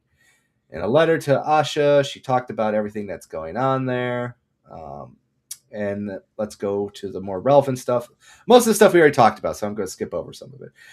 When Xbox launched its Game Pass subscription service in 2017, executives set a goal of reaching 77 million subscribers by fiscal year 2026, which ended last month. So, what happened? According to a document published during a lawsuit contesting Microsoft's 2023 purchase of Activision Blizzard, today the platform has just 30 million subscribers. So that's a massive miss. Mm-hmm. 47 million subscriber miss. That's terrible. According to a person familiar with the matter, 4 million fewer than it did when the company last publicly shared its data in 2024. So, the Wall Street Journal reported earlier on the subscriber numbers. Employees had been growing concerned that the number of Game Pass subscribers had peaked. According to two former employees, later, millions of customers canceled their subscription after Game Pass announced last October it was raising its price by 50%. Now, you said you were still subscribed to it. Did you? Yep. How do you do Game Pass? Do you do monthly, or how do you pay for that? I've changed over the years, but right now I'm doing it monthly. So when they did this price raise, it was the first time I considered canceling it. To be honest, I was kind of just one of those suckers that was just like, I'll just ride it out for a while, and I never end up canceling it. And so yeah, but I do pay monthly for it. Yeah, so I want to say, for me, they were still doing like the deals at Best Buy and stuff, like the 3 months. Oh yeah. So I was buying those to kind of just like, well, it's like $60. So what they raised it to, like $25, right? Or something. When they did this raise, yeah, it went to 30. Went to 30, right? So like I was saving like $30. I was basically doing a buy two get one free sale. Right. So I kept buying those. I still do that just because I hate being charged. I'm like, fuck, I forgot to re-up my thing. Yeah, that's that does suck. Underlying Game Pass's problems was a central flaw, according to the People. While consumers might be willing to pay a monthly fee for Netflix to stream thousands of TV shows and movies, most gamers don't take the same approach, preferring to stick with a handful of favorite games they play on repeat. Research from Circana shows that the majority of U.S. gamers buy 2 games at most per year, and a third of the market doesn't even purchase one. That's also a very, hard thing to kind of overcome, is that there's not enough people that want to play a lot of games. And we've seen this before. We've talked about it in other shows, that there are just people who buy consoles just to play Madden. Oh, yeah, for sure. They only play Call of Duty, ball and guns. That's what they say. Gamers only like balls and guns. Except they don't say gamers. They use a gamer word. Sharma, who previously held roles at Instacart and Meta Platforms, was appointed to the position in February, chosen by Microsoft CEO Satya Nadella for her consumer expertise to revive a brand that's been a distant number 3 in the console maker. I don't know about Instacart. I know that it's like a shopping platform, and also she worked at Facebook, it sounds like, as well. I don't know too much about her history. Yeah. But she has worked at other places to kind of monetize it. I know Phil Spencer was a lifer, and Sarah Bond, I think she worked at T-Mobile before she was brought on. Yeah. But I don't know too much about her history. She kind of seems to have come out of nowhere, but apparently she was brought in to do a job. She replaced the division's longtime leader, Phil Spencer, who left along with the unit's president, Sarah Bond. Bond had led Xbox Game Pass strategy, which involved spending $1 billion a year to get third-party games on the service. That's a lot. That is a lot. Yeah. Executives at Xbox hoped the $20 monthly Game Pass Ultimate subscription, which rose to $30 last October. Well, that answered my question. I could have just read further. Before Xbox reverted to $23 in April, would draw users into its content ecosystem and eventually boost sales. Spencer, who helmed Xbox for more than a decade, made other efforts to broaden Xbox beyond its core console audience, aiming at PC and mobile gamers, while with acquisitions that included beloved indie game makers like Ninja Theory, Double Fine, and Obsidian. During the pandemic-fueled boom in gaming, Xbox made an even bigger investment, including a $69 billion purchase of Activision Blizzard, and marked one hit Blizzard, the maker of hit games Call of Duty and Candy Crush. In 2023, the $7.5 billion purchase ZeniMax Media, the publisher behind Fallout and Elder Scrolls. Well, everything we talked about earlier, just basically some Napstim brought up here too, bringing forward that they spent a lot of fucking money to buy these publishers. Yeah. Just to all feed Game Pass, and it makes sense. Like I'm not going to say that the strategy doesn't make sense for what they had planned. It's just very clear that the market just rejected it very hard. Yeah, and it's always easy to look at, and we're looking at this 2020, because even just quick maths, if they charge $24 a month and they have 30 million subscribers, you're looking at $720 million a month in revenue, and so that equates to like 8.6 billion in revenue for the year if I did that right. It's not terrible. It's not terrible. No, and so I can see, if you're doing quick napkin math and you're looking at that number, you're like, oh, we can swing it. There's obviously more costs that go into that. You're feeding into the first. That's just $1 billion they were paying for third party deals.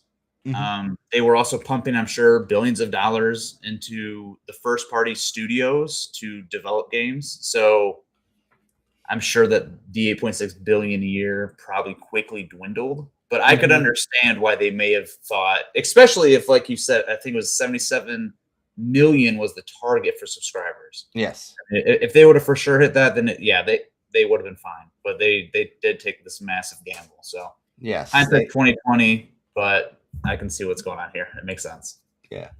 Game Pass subscribers enjoyed access to the studio's titles. I think that's a mistype. The day they came out for no additional fees.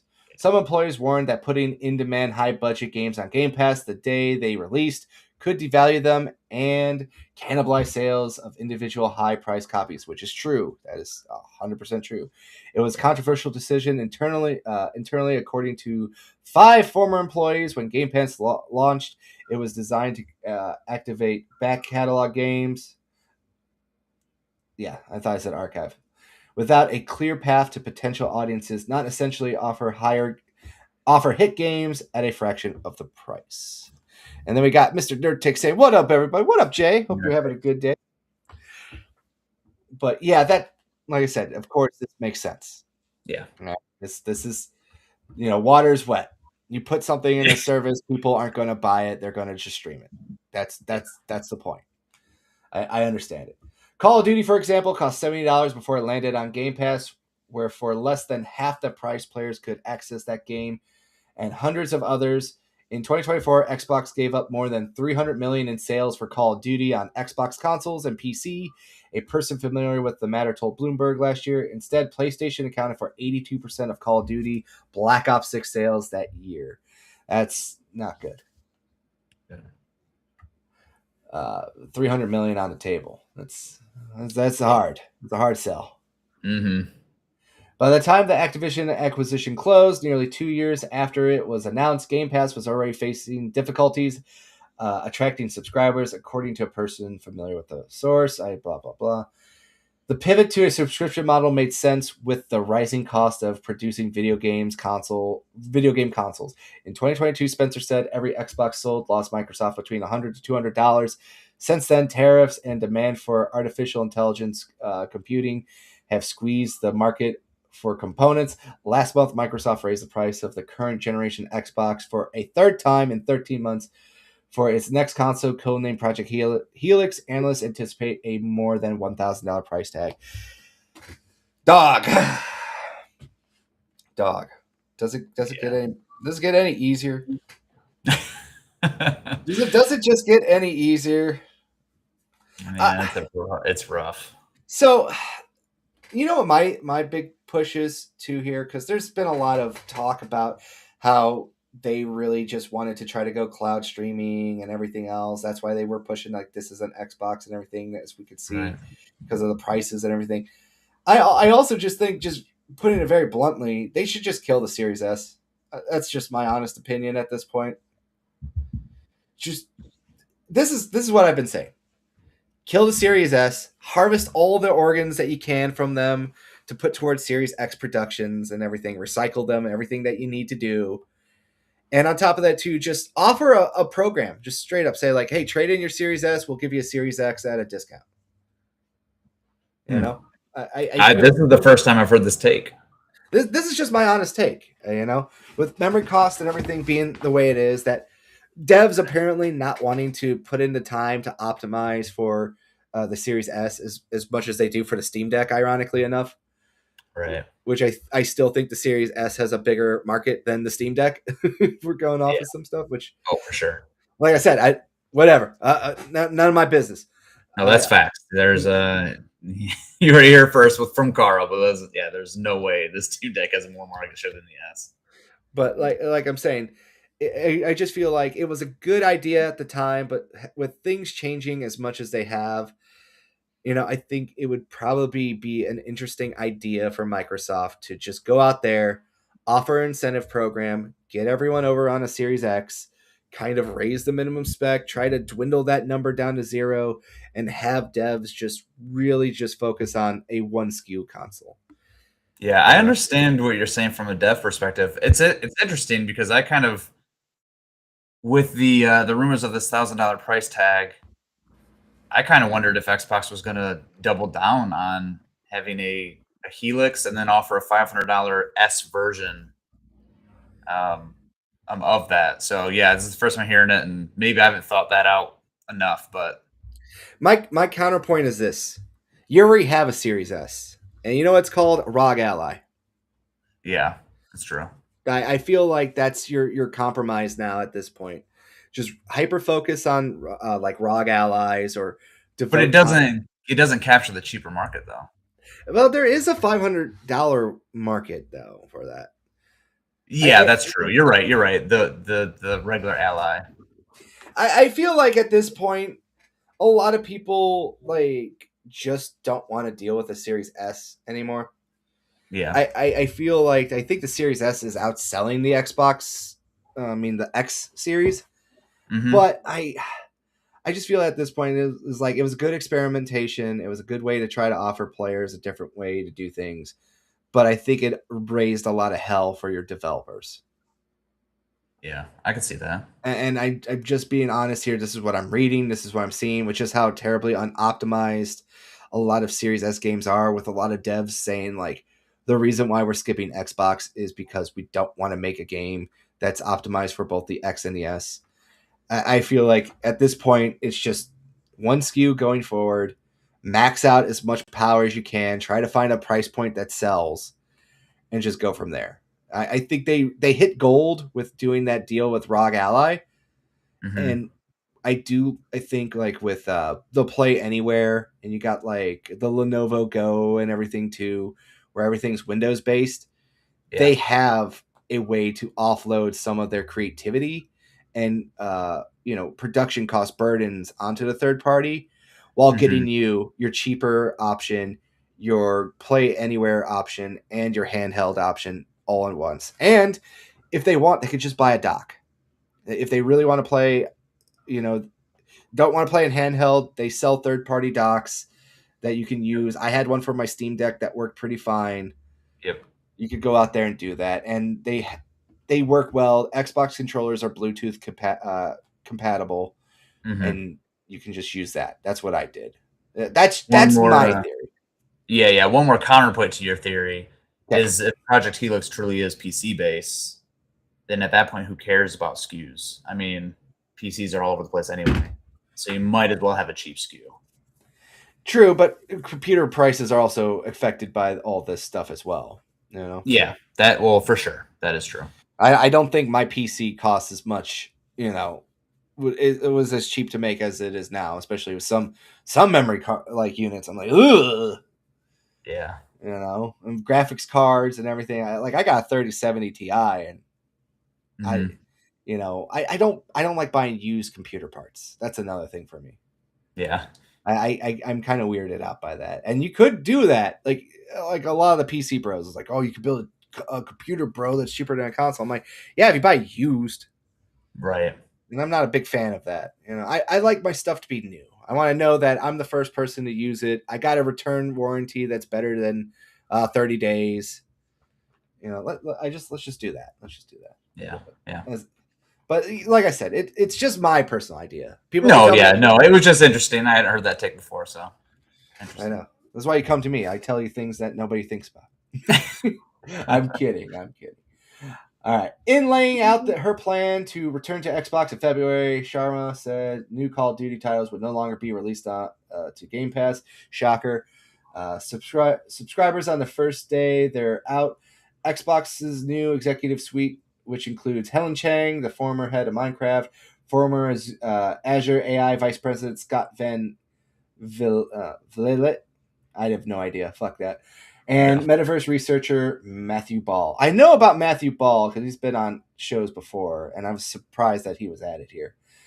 Now plans to focus on the Xbox console. Chang was appointed Chief Operating Officer of Xbox, aimed to restructuring. We've talked about all this stuff. It's kind of while big multiplayer games will still be available on all the major platforms, Microsoft will make more of its best titles exclusive to Xbox, so gamers have a reason to buy a console. All right, so this is a big one right here.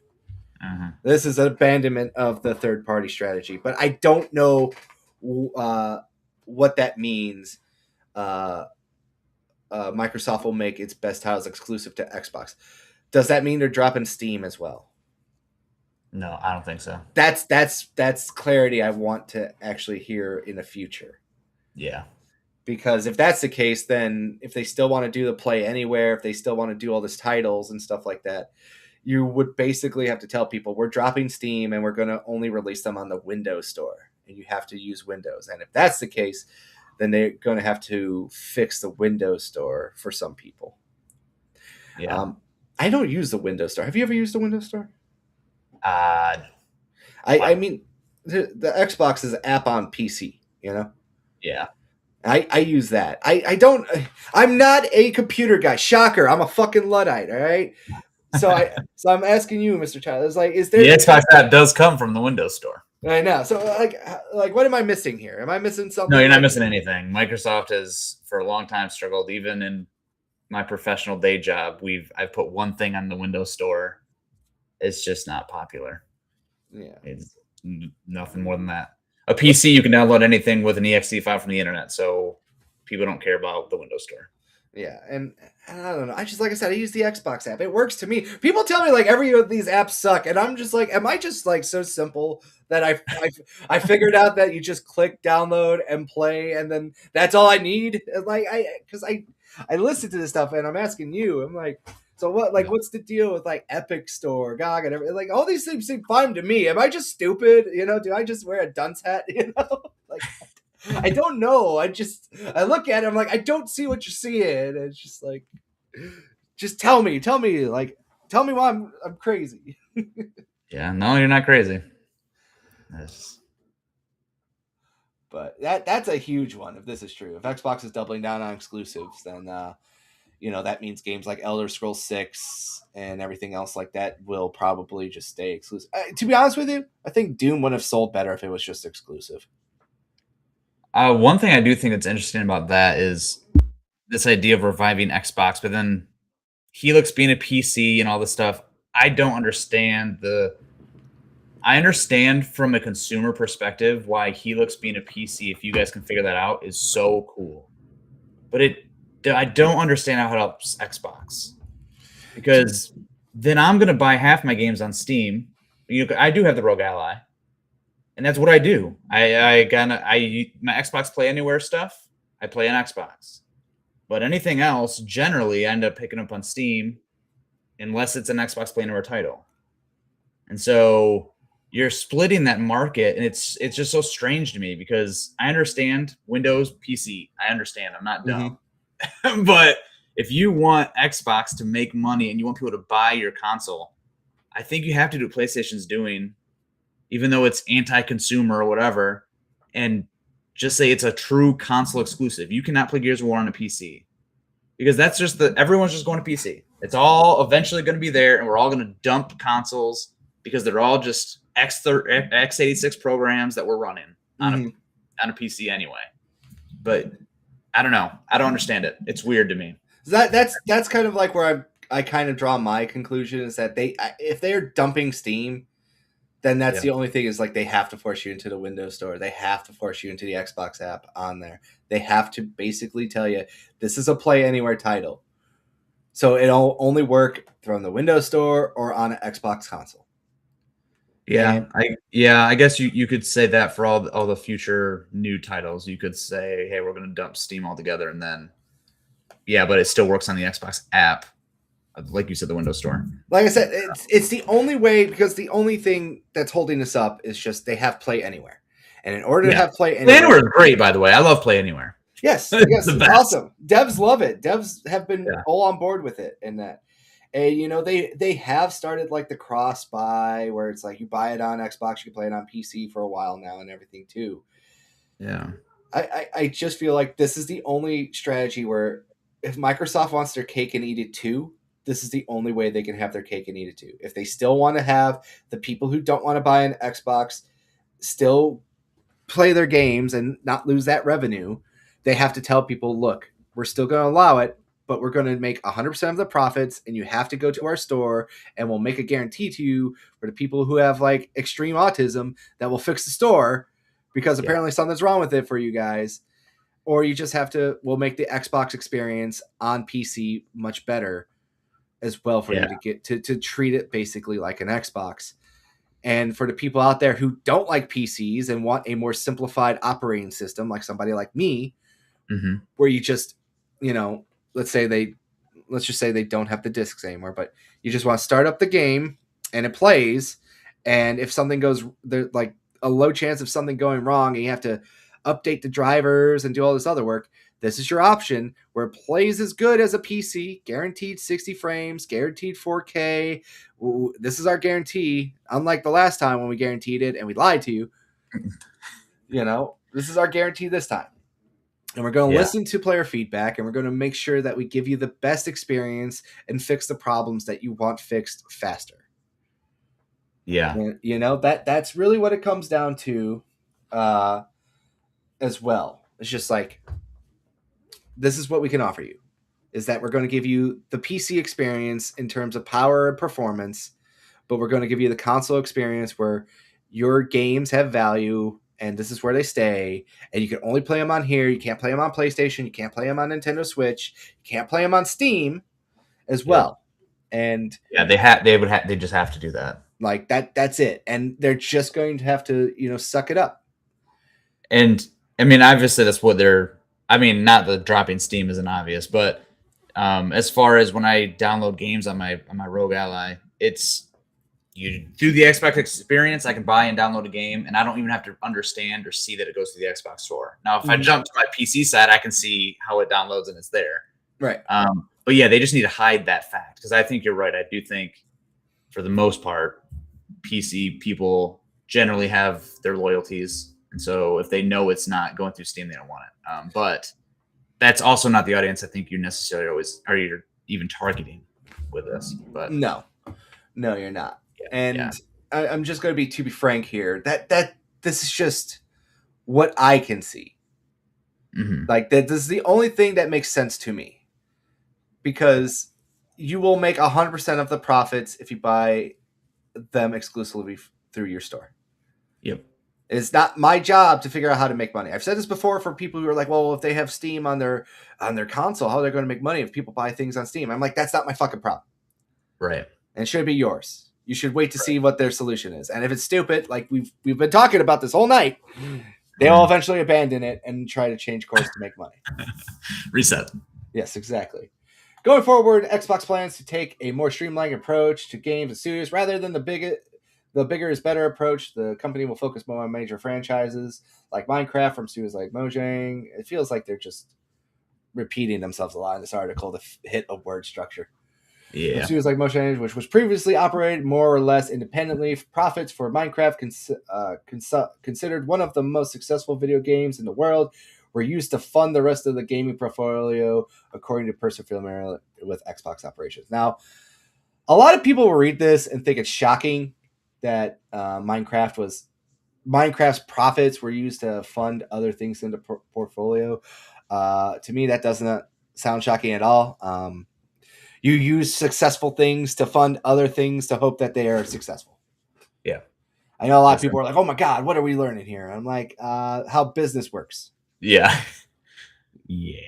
Yeah. What do you think they do with those profits? They just sit on it and just let it grow sometimes, but they also use those profits to invest in other things to hopefully have another thing that invests and grows. And then you do all that other stuff. That's how life works. It shouldn't be that hard.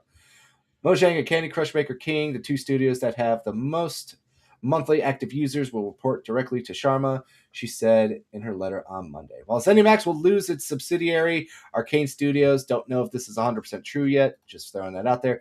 The company will maintain its focus on successful franchises like Fallout and the Elder Scrolls, with the highly anticipated Elder Scrolls 6 launching in the next few years. Hopefully next year.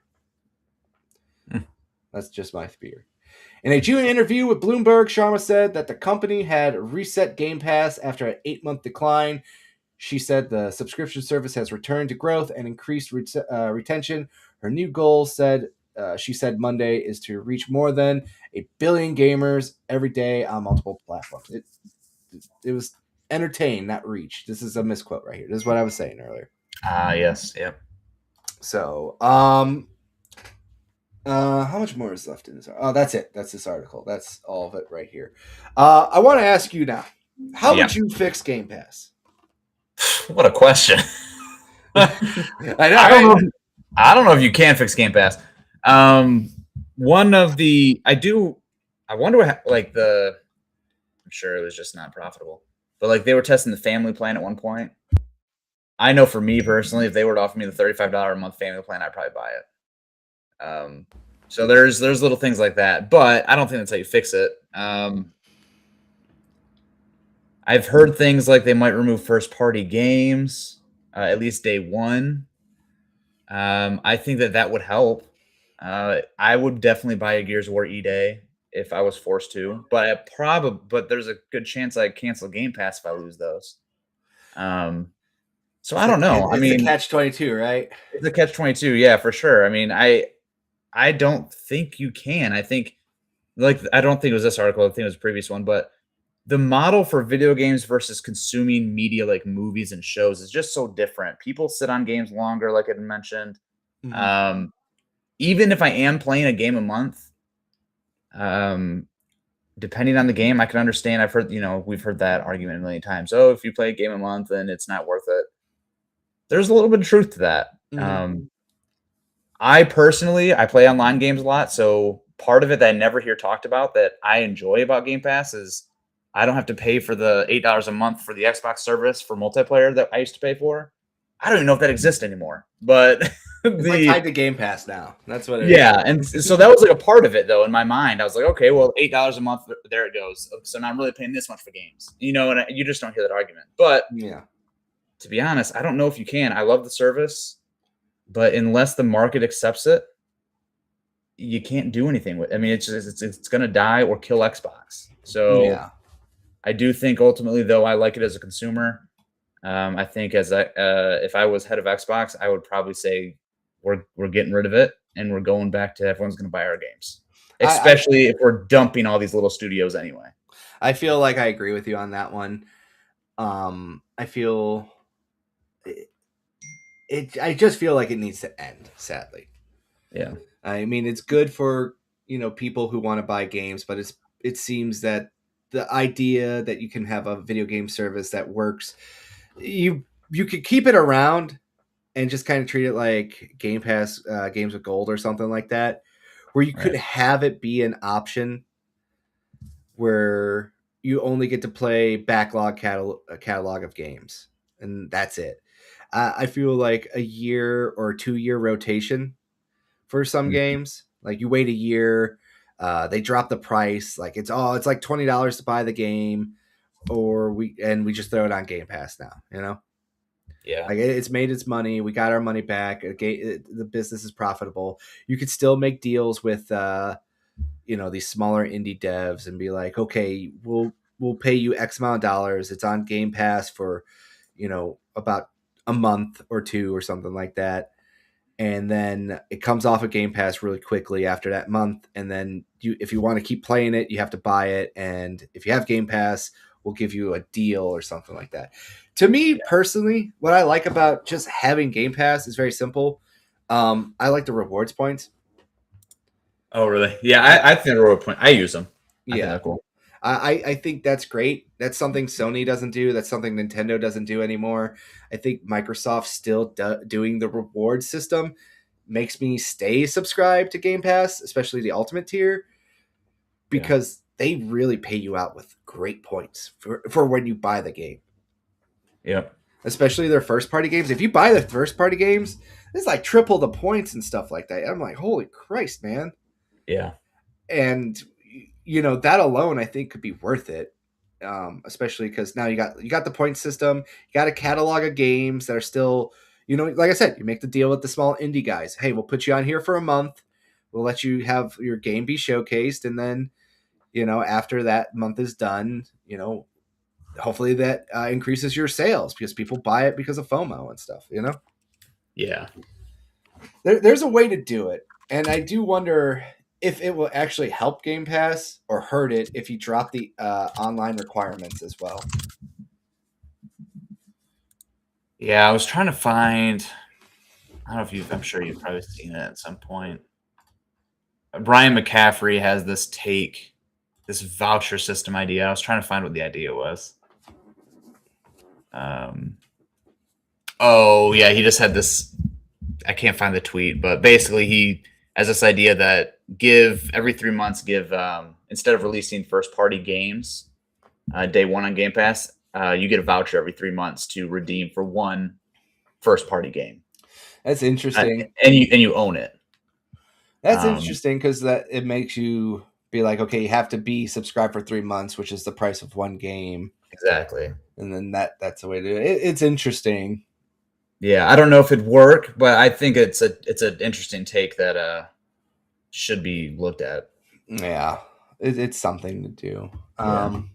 And then to kind of close this out too, one more thing that popped up is here as well. This came from another article that I don't want to read, but I just kind of want to point this out to you. This comes from Fortune. It says the Xbox console represents 80% of Xbox's business. So once again, what is going on here where you're actively trying to destroy 80% of your business for no reason? Yeah. Like I said, I don't want to shit on Phil Spencer and Sarah Bond for everything. Yeah. But it's just like, what are we doing here? Mm-hmm. You had no COO. You had unlimited budgets. You had nothing but you gave these devs everything. And you also had like your most money maker was your Game Pass was coming from your console players. Most of your revenue was coming from your console players. And instead of trying to grow that out, you gave up. Yeah. And there was a lot of videos of Phil Spencer just admitting he gave up. Yeah, we lost the console generation. We lost the most important console generation. Yes, we're not trying to get people to play on Xbox. We're just going to make them play wherever they want, when they want. And to be honest with you, like I said, I understood the idea. I really do. Mm-hmm. But at the end of the day, what were you guys seeing that we're not seeing in hindsight? They had access to all this data, and they saw something completely different. Just I just don't know. I just don't know. I know. Go ahead. Finish your thought. I was like, I have a buddy named Extra Zero, and him and I did a debate on if Phil killed or saved Xbox, and I still stand by the statement that he did save it. They were going to shut down Xbox. Microsoft was going to be like, it's a drop in the bucket for us. We don't give a crap. Yeah. And Phil pitched all these wondrous ideas. He got them to open up the pocketbook and spend more investment in gaming than ever. $80 billion. And that's without the acquisitions of these other small studios, Bethesda, and of course, ABK. Yeah. They spent a lot. They spent a lot of money. And it's just like that scene with like the underpants gnomes of South Park where they're laying out their plan. It's like step 1, steal underwear. Step 2, and then step 3, profit. There's like what's step 2? I don't know. Yeah. That's what this feels like at the very end of the day with Microsoft, is that there was no step 2. besides that we're just going to like go out there and we're going to buy devs and we'll give them enough time and resources and money and they're going to make amazing things. And to be honest with you, the counterpoint is that what we're seeing now with Asha coming in, and she's going to be more hammer down and put brass tacks here. Yeah, more of a business CEO. Yeah, what we're seeing now is going to be very simply put. Phil Spencer, if Phil Spencer was doing this stuff, there probably would have been like 7,000 articles about how Microsoft was this totalitarian environment to work in, and they only want to make Gears and Forza and everything else like that, and there's no creative freedom at all, and everything else like that. And games media probably would have just went wild with that as well. Yeah, and I just feel like one of my biggest frustrations when talking to people online is like, you're damned if you do, and you're damned if you don't. Like, we can look at all the problems that Microsoft's doing, and it's justified. But at the same time, these very same people at all these outlets would have said, well, this is terrible that they're trying to make money and be a business, and they did not give these devs unlimited free time and freedom and treat everything like a charity, Yeah. Yeah, that's the missing piece right there. I mean, games media in general is, I mean, they're media. Their focus and their passion is art more so than business. And so I don't even know what their focus is sometimes. Yeah, well, that's probably true. Like, but that's like where they're just their first gut. They pull to that art side of it so heavily, and I can understand. I mean, this is a creative medium, yes, and so I completely understand the. I don't want to call it like artsy fartsy because it's not. I mean, the creative freedom is a huge portion of why people get into the business. I understand that. But like you said a second ago, ultimately it is a business.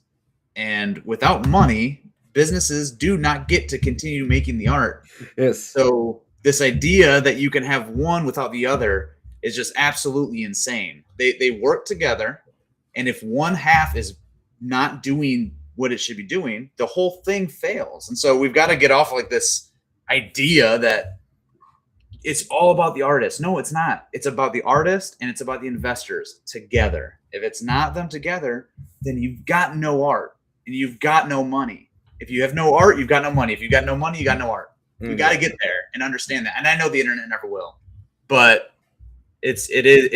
I'm hearing what you're saying. Like it's draining watching that argument take place because it's idiocracy. It's like, what are we doing? It's the Ouroboros. It's a snake eating its own tail. It's just yes. And like Jason Schreier, I have issues with Jason.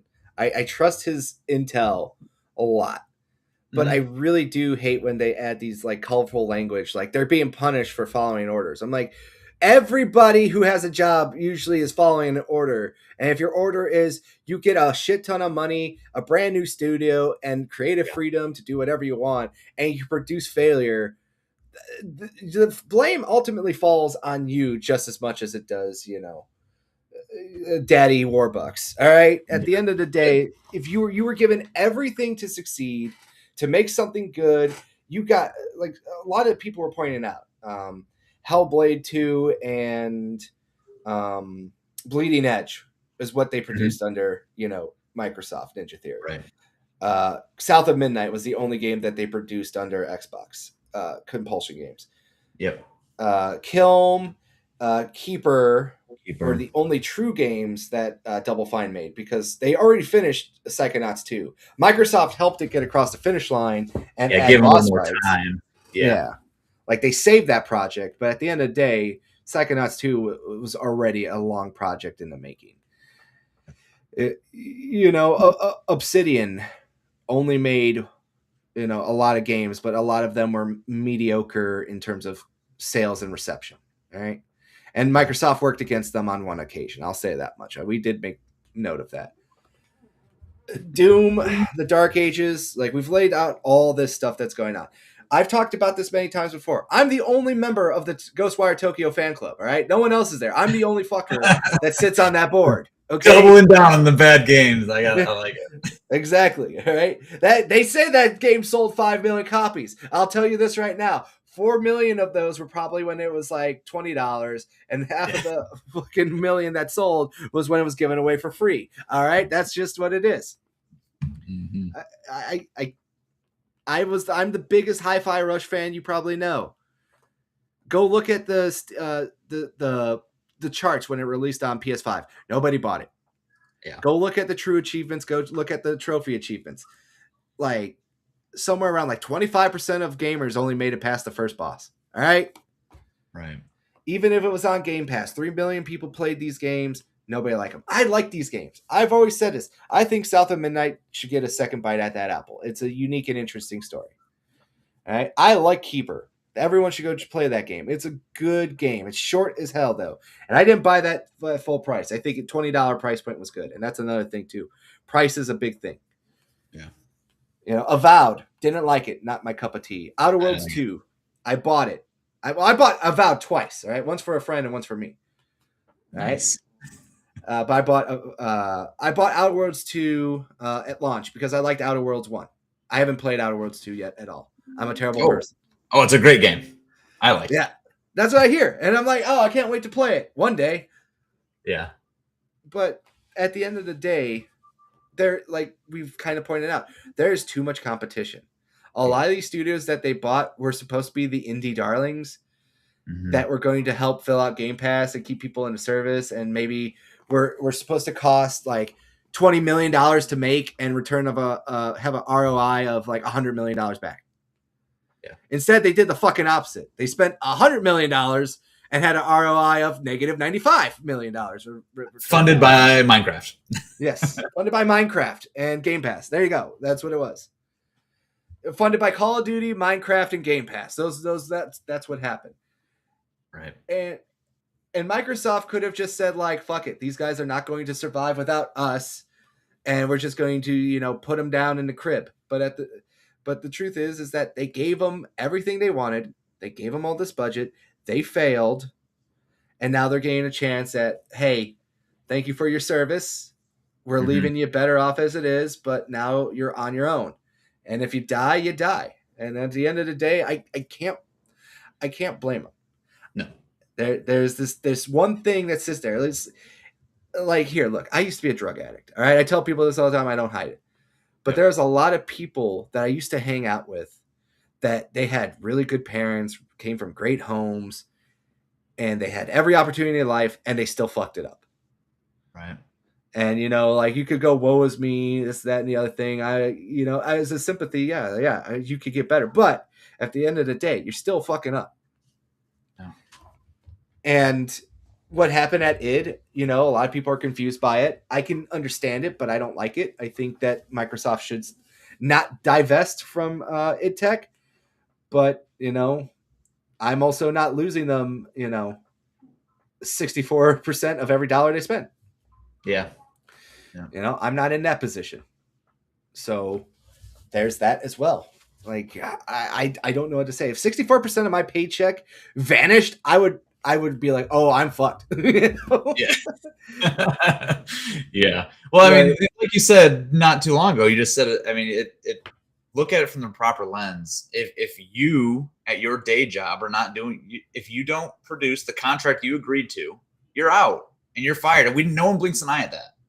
People can feel bad for you, but people aren't necessarily like, Carl's boss is the worst. If I don't produce my company money, they're letting me go. Like, yeah, it's a job. And so ultimately, yeah, you've just got to keep looking at it through that lens. I know we've kind of beat that point to death, but well, like I said, I was a manager and I've hired my friends and I had to fire my friends. All right.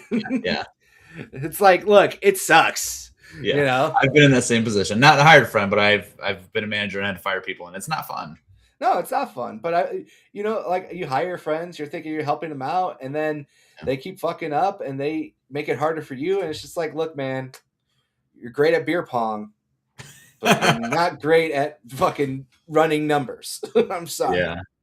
Yeah. It's like, look, hopefully we can find you a better stuff. But I put my neck out for you, and it's kind of like what happened with Phil Spencer. He put his neck out, and guess what? He got his neck cut off. Yeah. Sarah Bond, they fucking sent her packing faster than I've ever seen somebody just come in, you know? That was, yeah, that's a whole other story, but yeah. And it's just like I said, I think for me, and I want to know if you agree with me, I said this before, Yep. it's like being a sports fan has helped me also just accept stuff faster, I guess, you know? Right. It's like, look, when your team is dog shit and they're constantly picking, like you're the Cleveland Browns. Let's just go with the Cleveland Browns for fun. Yeah. Your team is dog shit. You spent like $80 billion to hire a quarterback that has a sexual assault history, and you're still just constantly going 2-14 every year. You know, eventually your bad decisions have to be fixed, and you Yep. fire everyone. You bring in a new regime, and the new regime hopefully can fix it. Yeah. And that's just what the truth is at the end of the day. It's the same thing going on with Xbox. You know, we've talked about this before. I don't like when people lose jobs. No. I keep saying that. But at the end of the day, this is what everyone in games media, this is what everyone on Twitter was saying, that Microsoft needs to change, Xbox needs to change. I want a reason to own an Xbox. I want exclusives back. And then as soon as they do what they say, Twitter quickly goes, well, that's not what I want. And I'm just like, I want to smash my head through a wall. And Yeah. and then the cycle repeats itself. But Yeah. I'm looking forward to Gears E-Day. I got the collector's edition coming. Nice. Halo comes out later this month. I got the collector's edition of that coming. I'm looking forward to playing that game. It looks good. Yep. I'm very much enjoying the prequel missions that they're adding to it. I wish the Skull didn't lock third person mode, but overall, I'm just excited for it. How about you, Tyler? What are your thoughts about everything you've heard about Xbox? And do you think the future looks brighter, or does it look more murky? Yeah, I think Asha's doing the right things. I think her being transparent about it is helpful. It's put it in a really clear perspective, at least in my eyes. I know it's not true for everyone, and I'm excited for it. I agree with everything you just said. I'm excited about a couple big games that are right around the corner. I mean, Halo, obviously, I'm super excited about that. Gears E-Day, I've wanted to play a new Gears game forever. And so I'm very excited about all that. You go co-op that, son?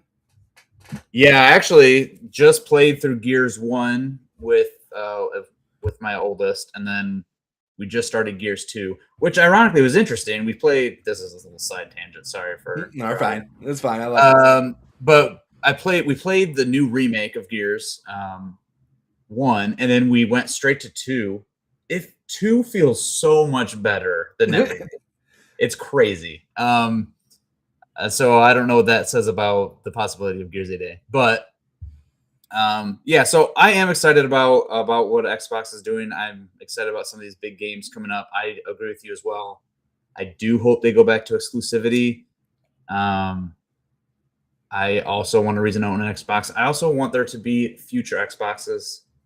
I don't want to see it die off next generation, because ultimately I do think that competition is good. I don't want PlayStation to go anywhere. I don't want Nintendo to go anywhere, because if we get stuck with one, innovation dies. And so even if it's just for that reason, Xbox needs to live. And so if they need to cut some fat to make it work, and they need to take different risks, I'm here for it. I am also going back and forth if I want to buy that limited edition Xbox when it goes on sale. I feel you on that one, just because I'm like, I need it, but I already got the Halo one. And I'm like, this is. I try to get the Halo one. I missed the Halo one. So. I want that controller. I don't know. It's just so much. I'm such a consumer sometimes. Like, I know so much. I can't help it. I like gaming. I like sharing stuff. I buy 3 copies of a game just to give out 2 of them to friends. So like, here, play this. You'll like it. Oh man, that green looks so good though. But anyway, I know it looked nice next to my Halo or OG Xbox. The photo op alone. Yeah. Ugh. So I agree with everything you're saying when it comes to Xbox's future. I'm excited about it. I'm kind of cautiously optimistic that Asha Sharma is walking in the right direction, cleaning up the mistakes. And like we've said already, Phil Spencer, I like him. and hindsight's 2020. I You think know, if we were on his shoes, we may have made the same mistakes. to, So I'm not trying to shame the man, but it's I think it's she's doing the right things. it's like to be morbid joke. It's like, oh yeah, my dad was cool, and then you grow up and you realize my dad was a raging alcoholic who did not like did more harm than good. Well, I think you made a good point. I do think Phil Spencer saved Xbox. I agree with you there. So we got to at least give him that credit.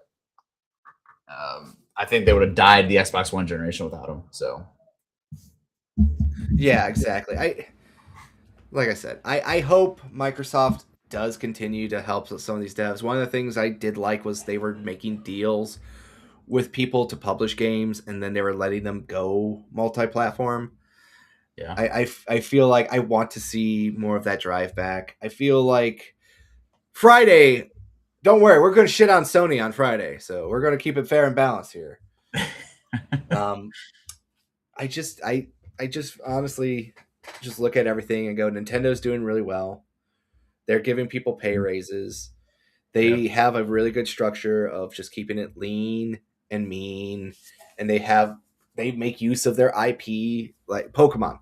Pokemon makes them a lot of money. They pump that stuff out because it makes money. oh yeah, And I as much as we want to hate it and say like, well, creativity dies, is like, look, man, what makes money is what matters, because just like you saw what we were talking about, they fund the smaller projects. yeah, And I think nowadays, these big companies don't need to fund the smaller projects anymore. There are yeah, so many indie devs and indie studios out there that you can throw them a couple bones and try to give their little platform a promotion, but you don't have to own them and you don't have to rebuild their studios or anything. I think it was a valiant effort back in the mm-hmm. day, but now I think it's just much easier just to say, hey, look, there's 3 million indie devs out there that make bullshit every day. We could just rely on them heavily, and now you're part of that 3 million C, and may the best man win, you know? Yep. And I think this is kind of a good way to end it. I did enjoy this. Thank you for coming on there, Tyler. Go check out Game Shelf. Yes, please. Yes. How's that going? Let's get a Game Shelf update while you're here. Yeah, game show's going great. We are I'll call it a steady growth. We've not had any crazy spikes, but it's never stopped steadily growing. So maybe that's probably what's best for a single developer anyway. But yeah, it's been going great. We recently broke through 1,000 users, which was a big milestone, and it continues to. We continue to get support and both financially and just on the Discord side. And I appreciate everyone that cares enough about it as much as I do to even give input and things like that. So yeah, if you just want a way to track your games, please check out gameshelf.com, shelf with no E, because stupid URLs, but or domains. But also, I would love for anyone to join the Discord if you are interested in contributing to just ideas and things like that when it comes to Game Shelf. I always tell people we develop openly right out in public. I don't hide anything. The bugs are on the Discord if you want to know what sucks about it. But also the feature requests and things like that directly come from there as well. So if you want to help me build it and just have input into a platform, love to have you over there. All right, cool. Link to that is in the comments right now, and I'll edit it and post this in the comment section after the video's uploaded. As for me, tomorrow we were supposed to have a stream, but my guest said that his internet's been having a rough time and it's not fixed yet, so we're going to try to postpone that to next week. But after that, we'll be back this Friday. The news segments are kind of sporadic now. We haven't had a consistent news because it's been slow. It's summer, and I say it's been slow. The biggest news stories have just sucked the oxygen out of everything. You know, what's going on with Xbox and PlayStation, I think, has sucked the oxygen out. So we're having more fun. So we'll be back on Friday with another episode of Nostalgia Saved, and it'll be AC and me, and we'll be talking about retro collecting, what we like, what we do, what we think the future of it's going to hold. So that's going to be a fun one. I expect to see a lot of my hand camera and we're going to be showing off some fun stuff in our collection, talking about them. It's just a good fun. And it's kind of open panelsy show, so if other people want to join in and talk about retro collecting, don't be afraid to ask. And then this upcoming Saturday, we're also going to be doing a top 5 mascots episode as well. So video game mascots, if you're interested in that, as well as the usual like and subscribe, leave a comment, help boost the algorithm. All this other bullshit, me begging you on my knees, insert Homelander scene from The Boys at the end. We'll do that little fun thing there. Everyone, have yourself a wonderful night. Happy Tuesday. Stay cool because it is summer.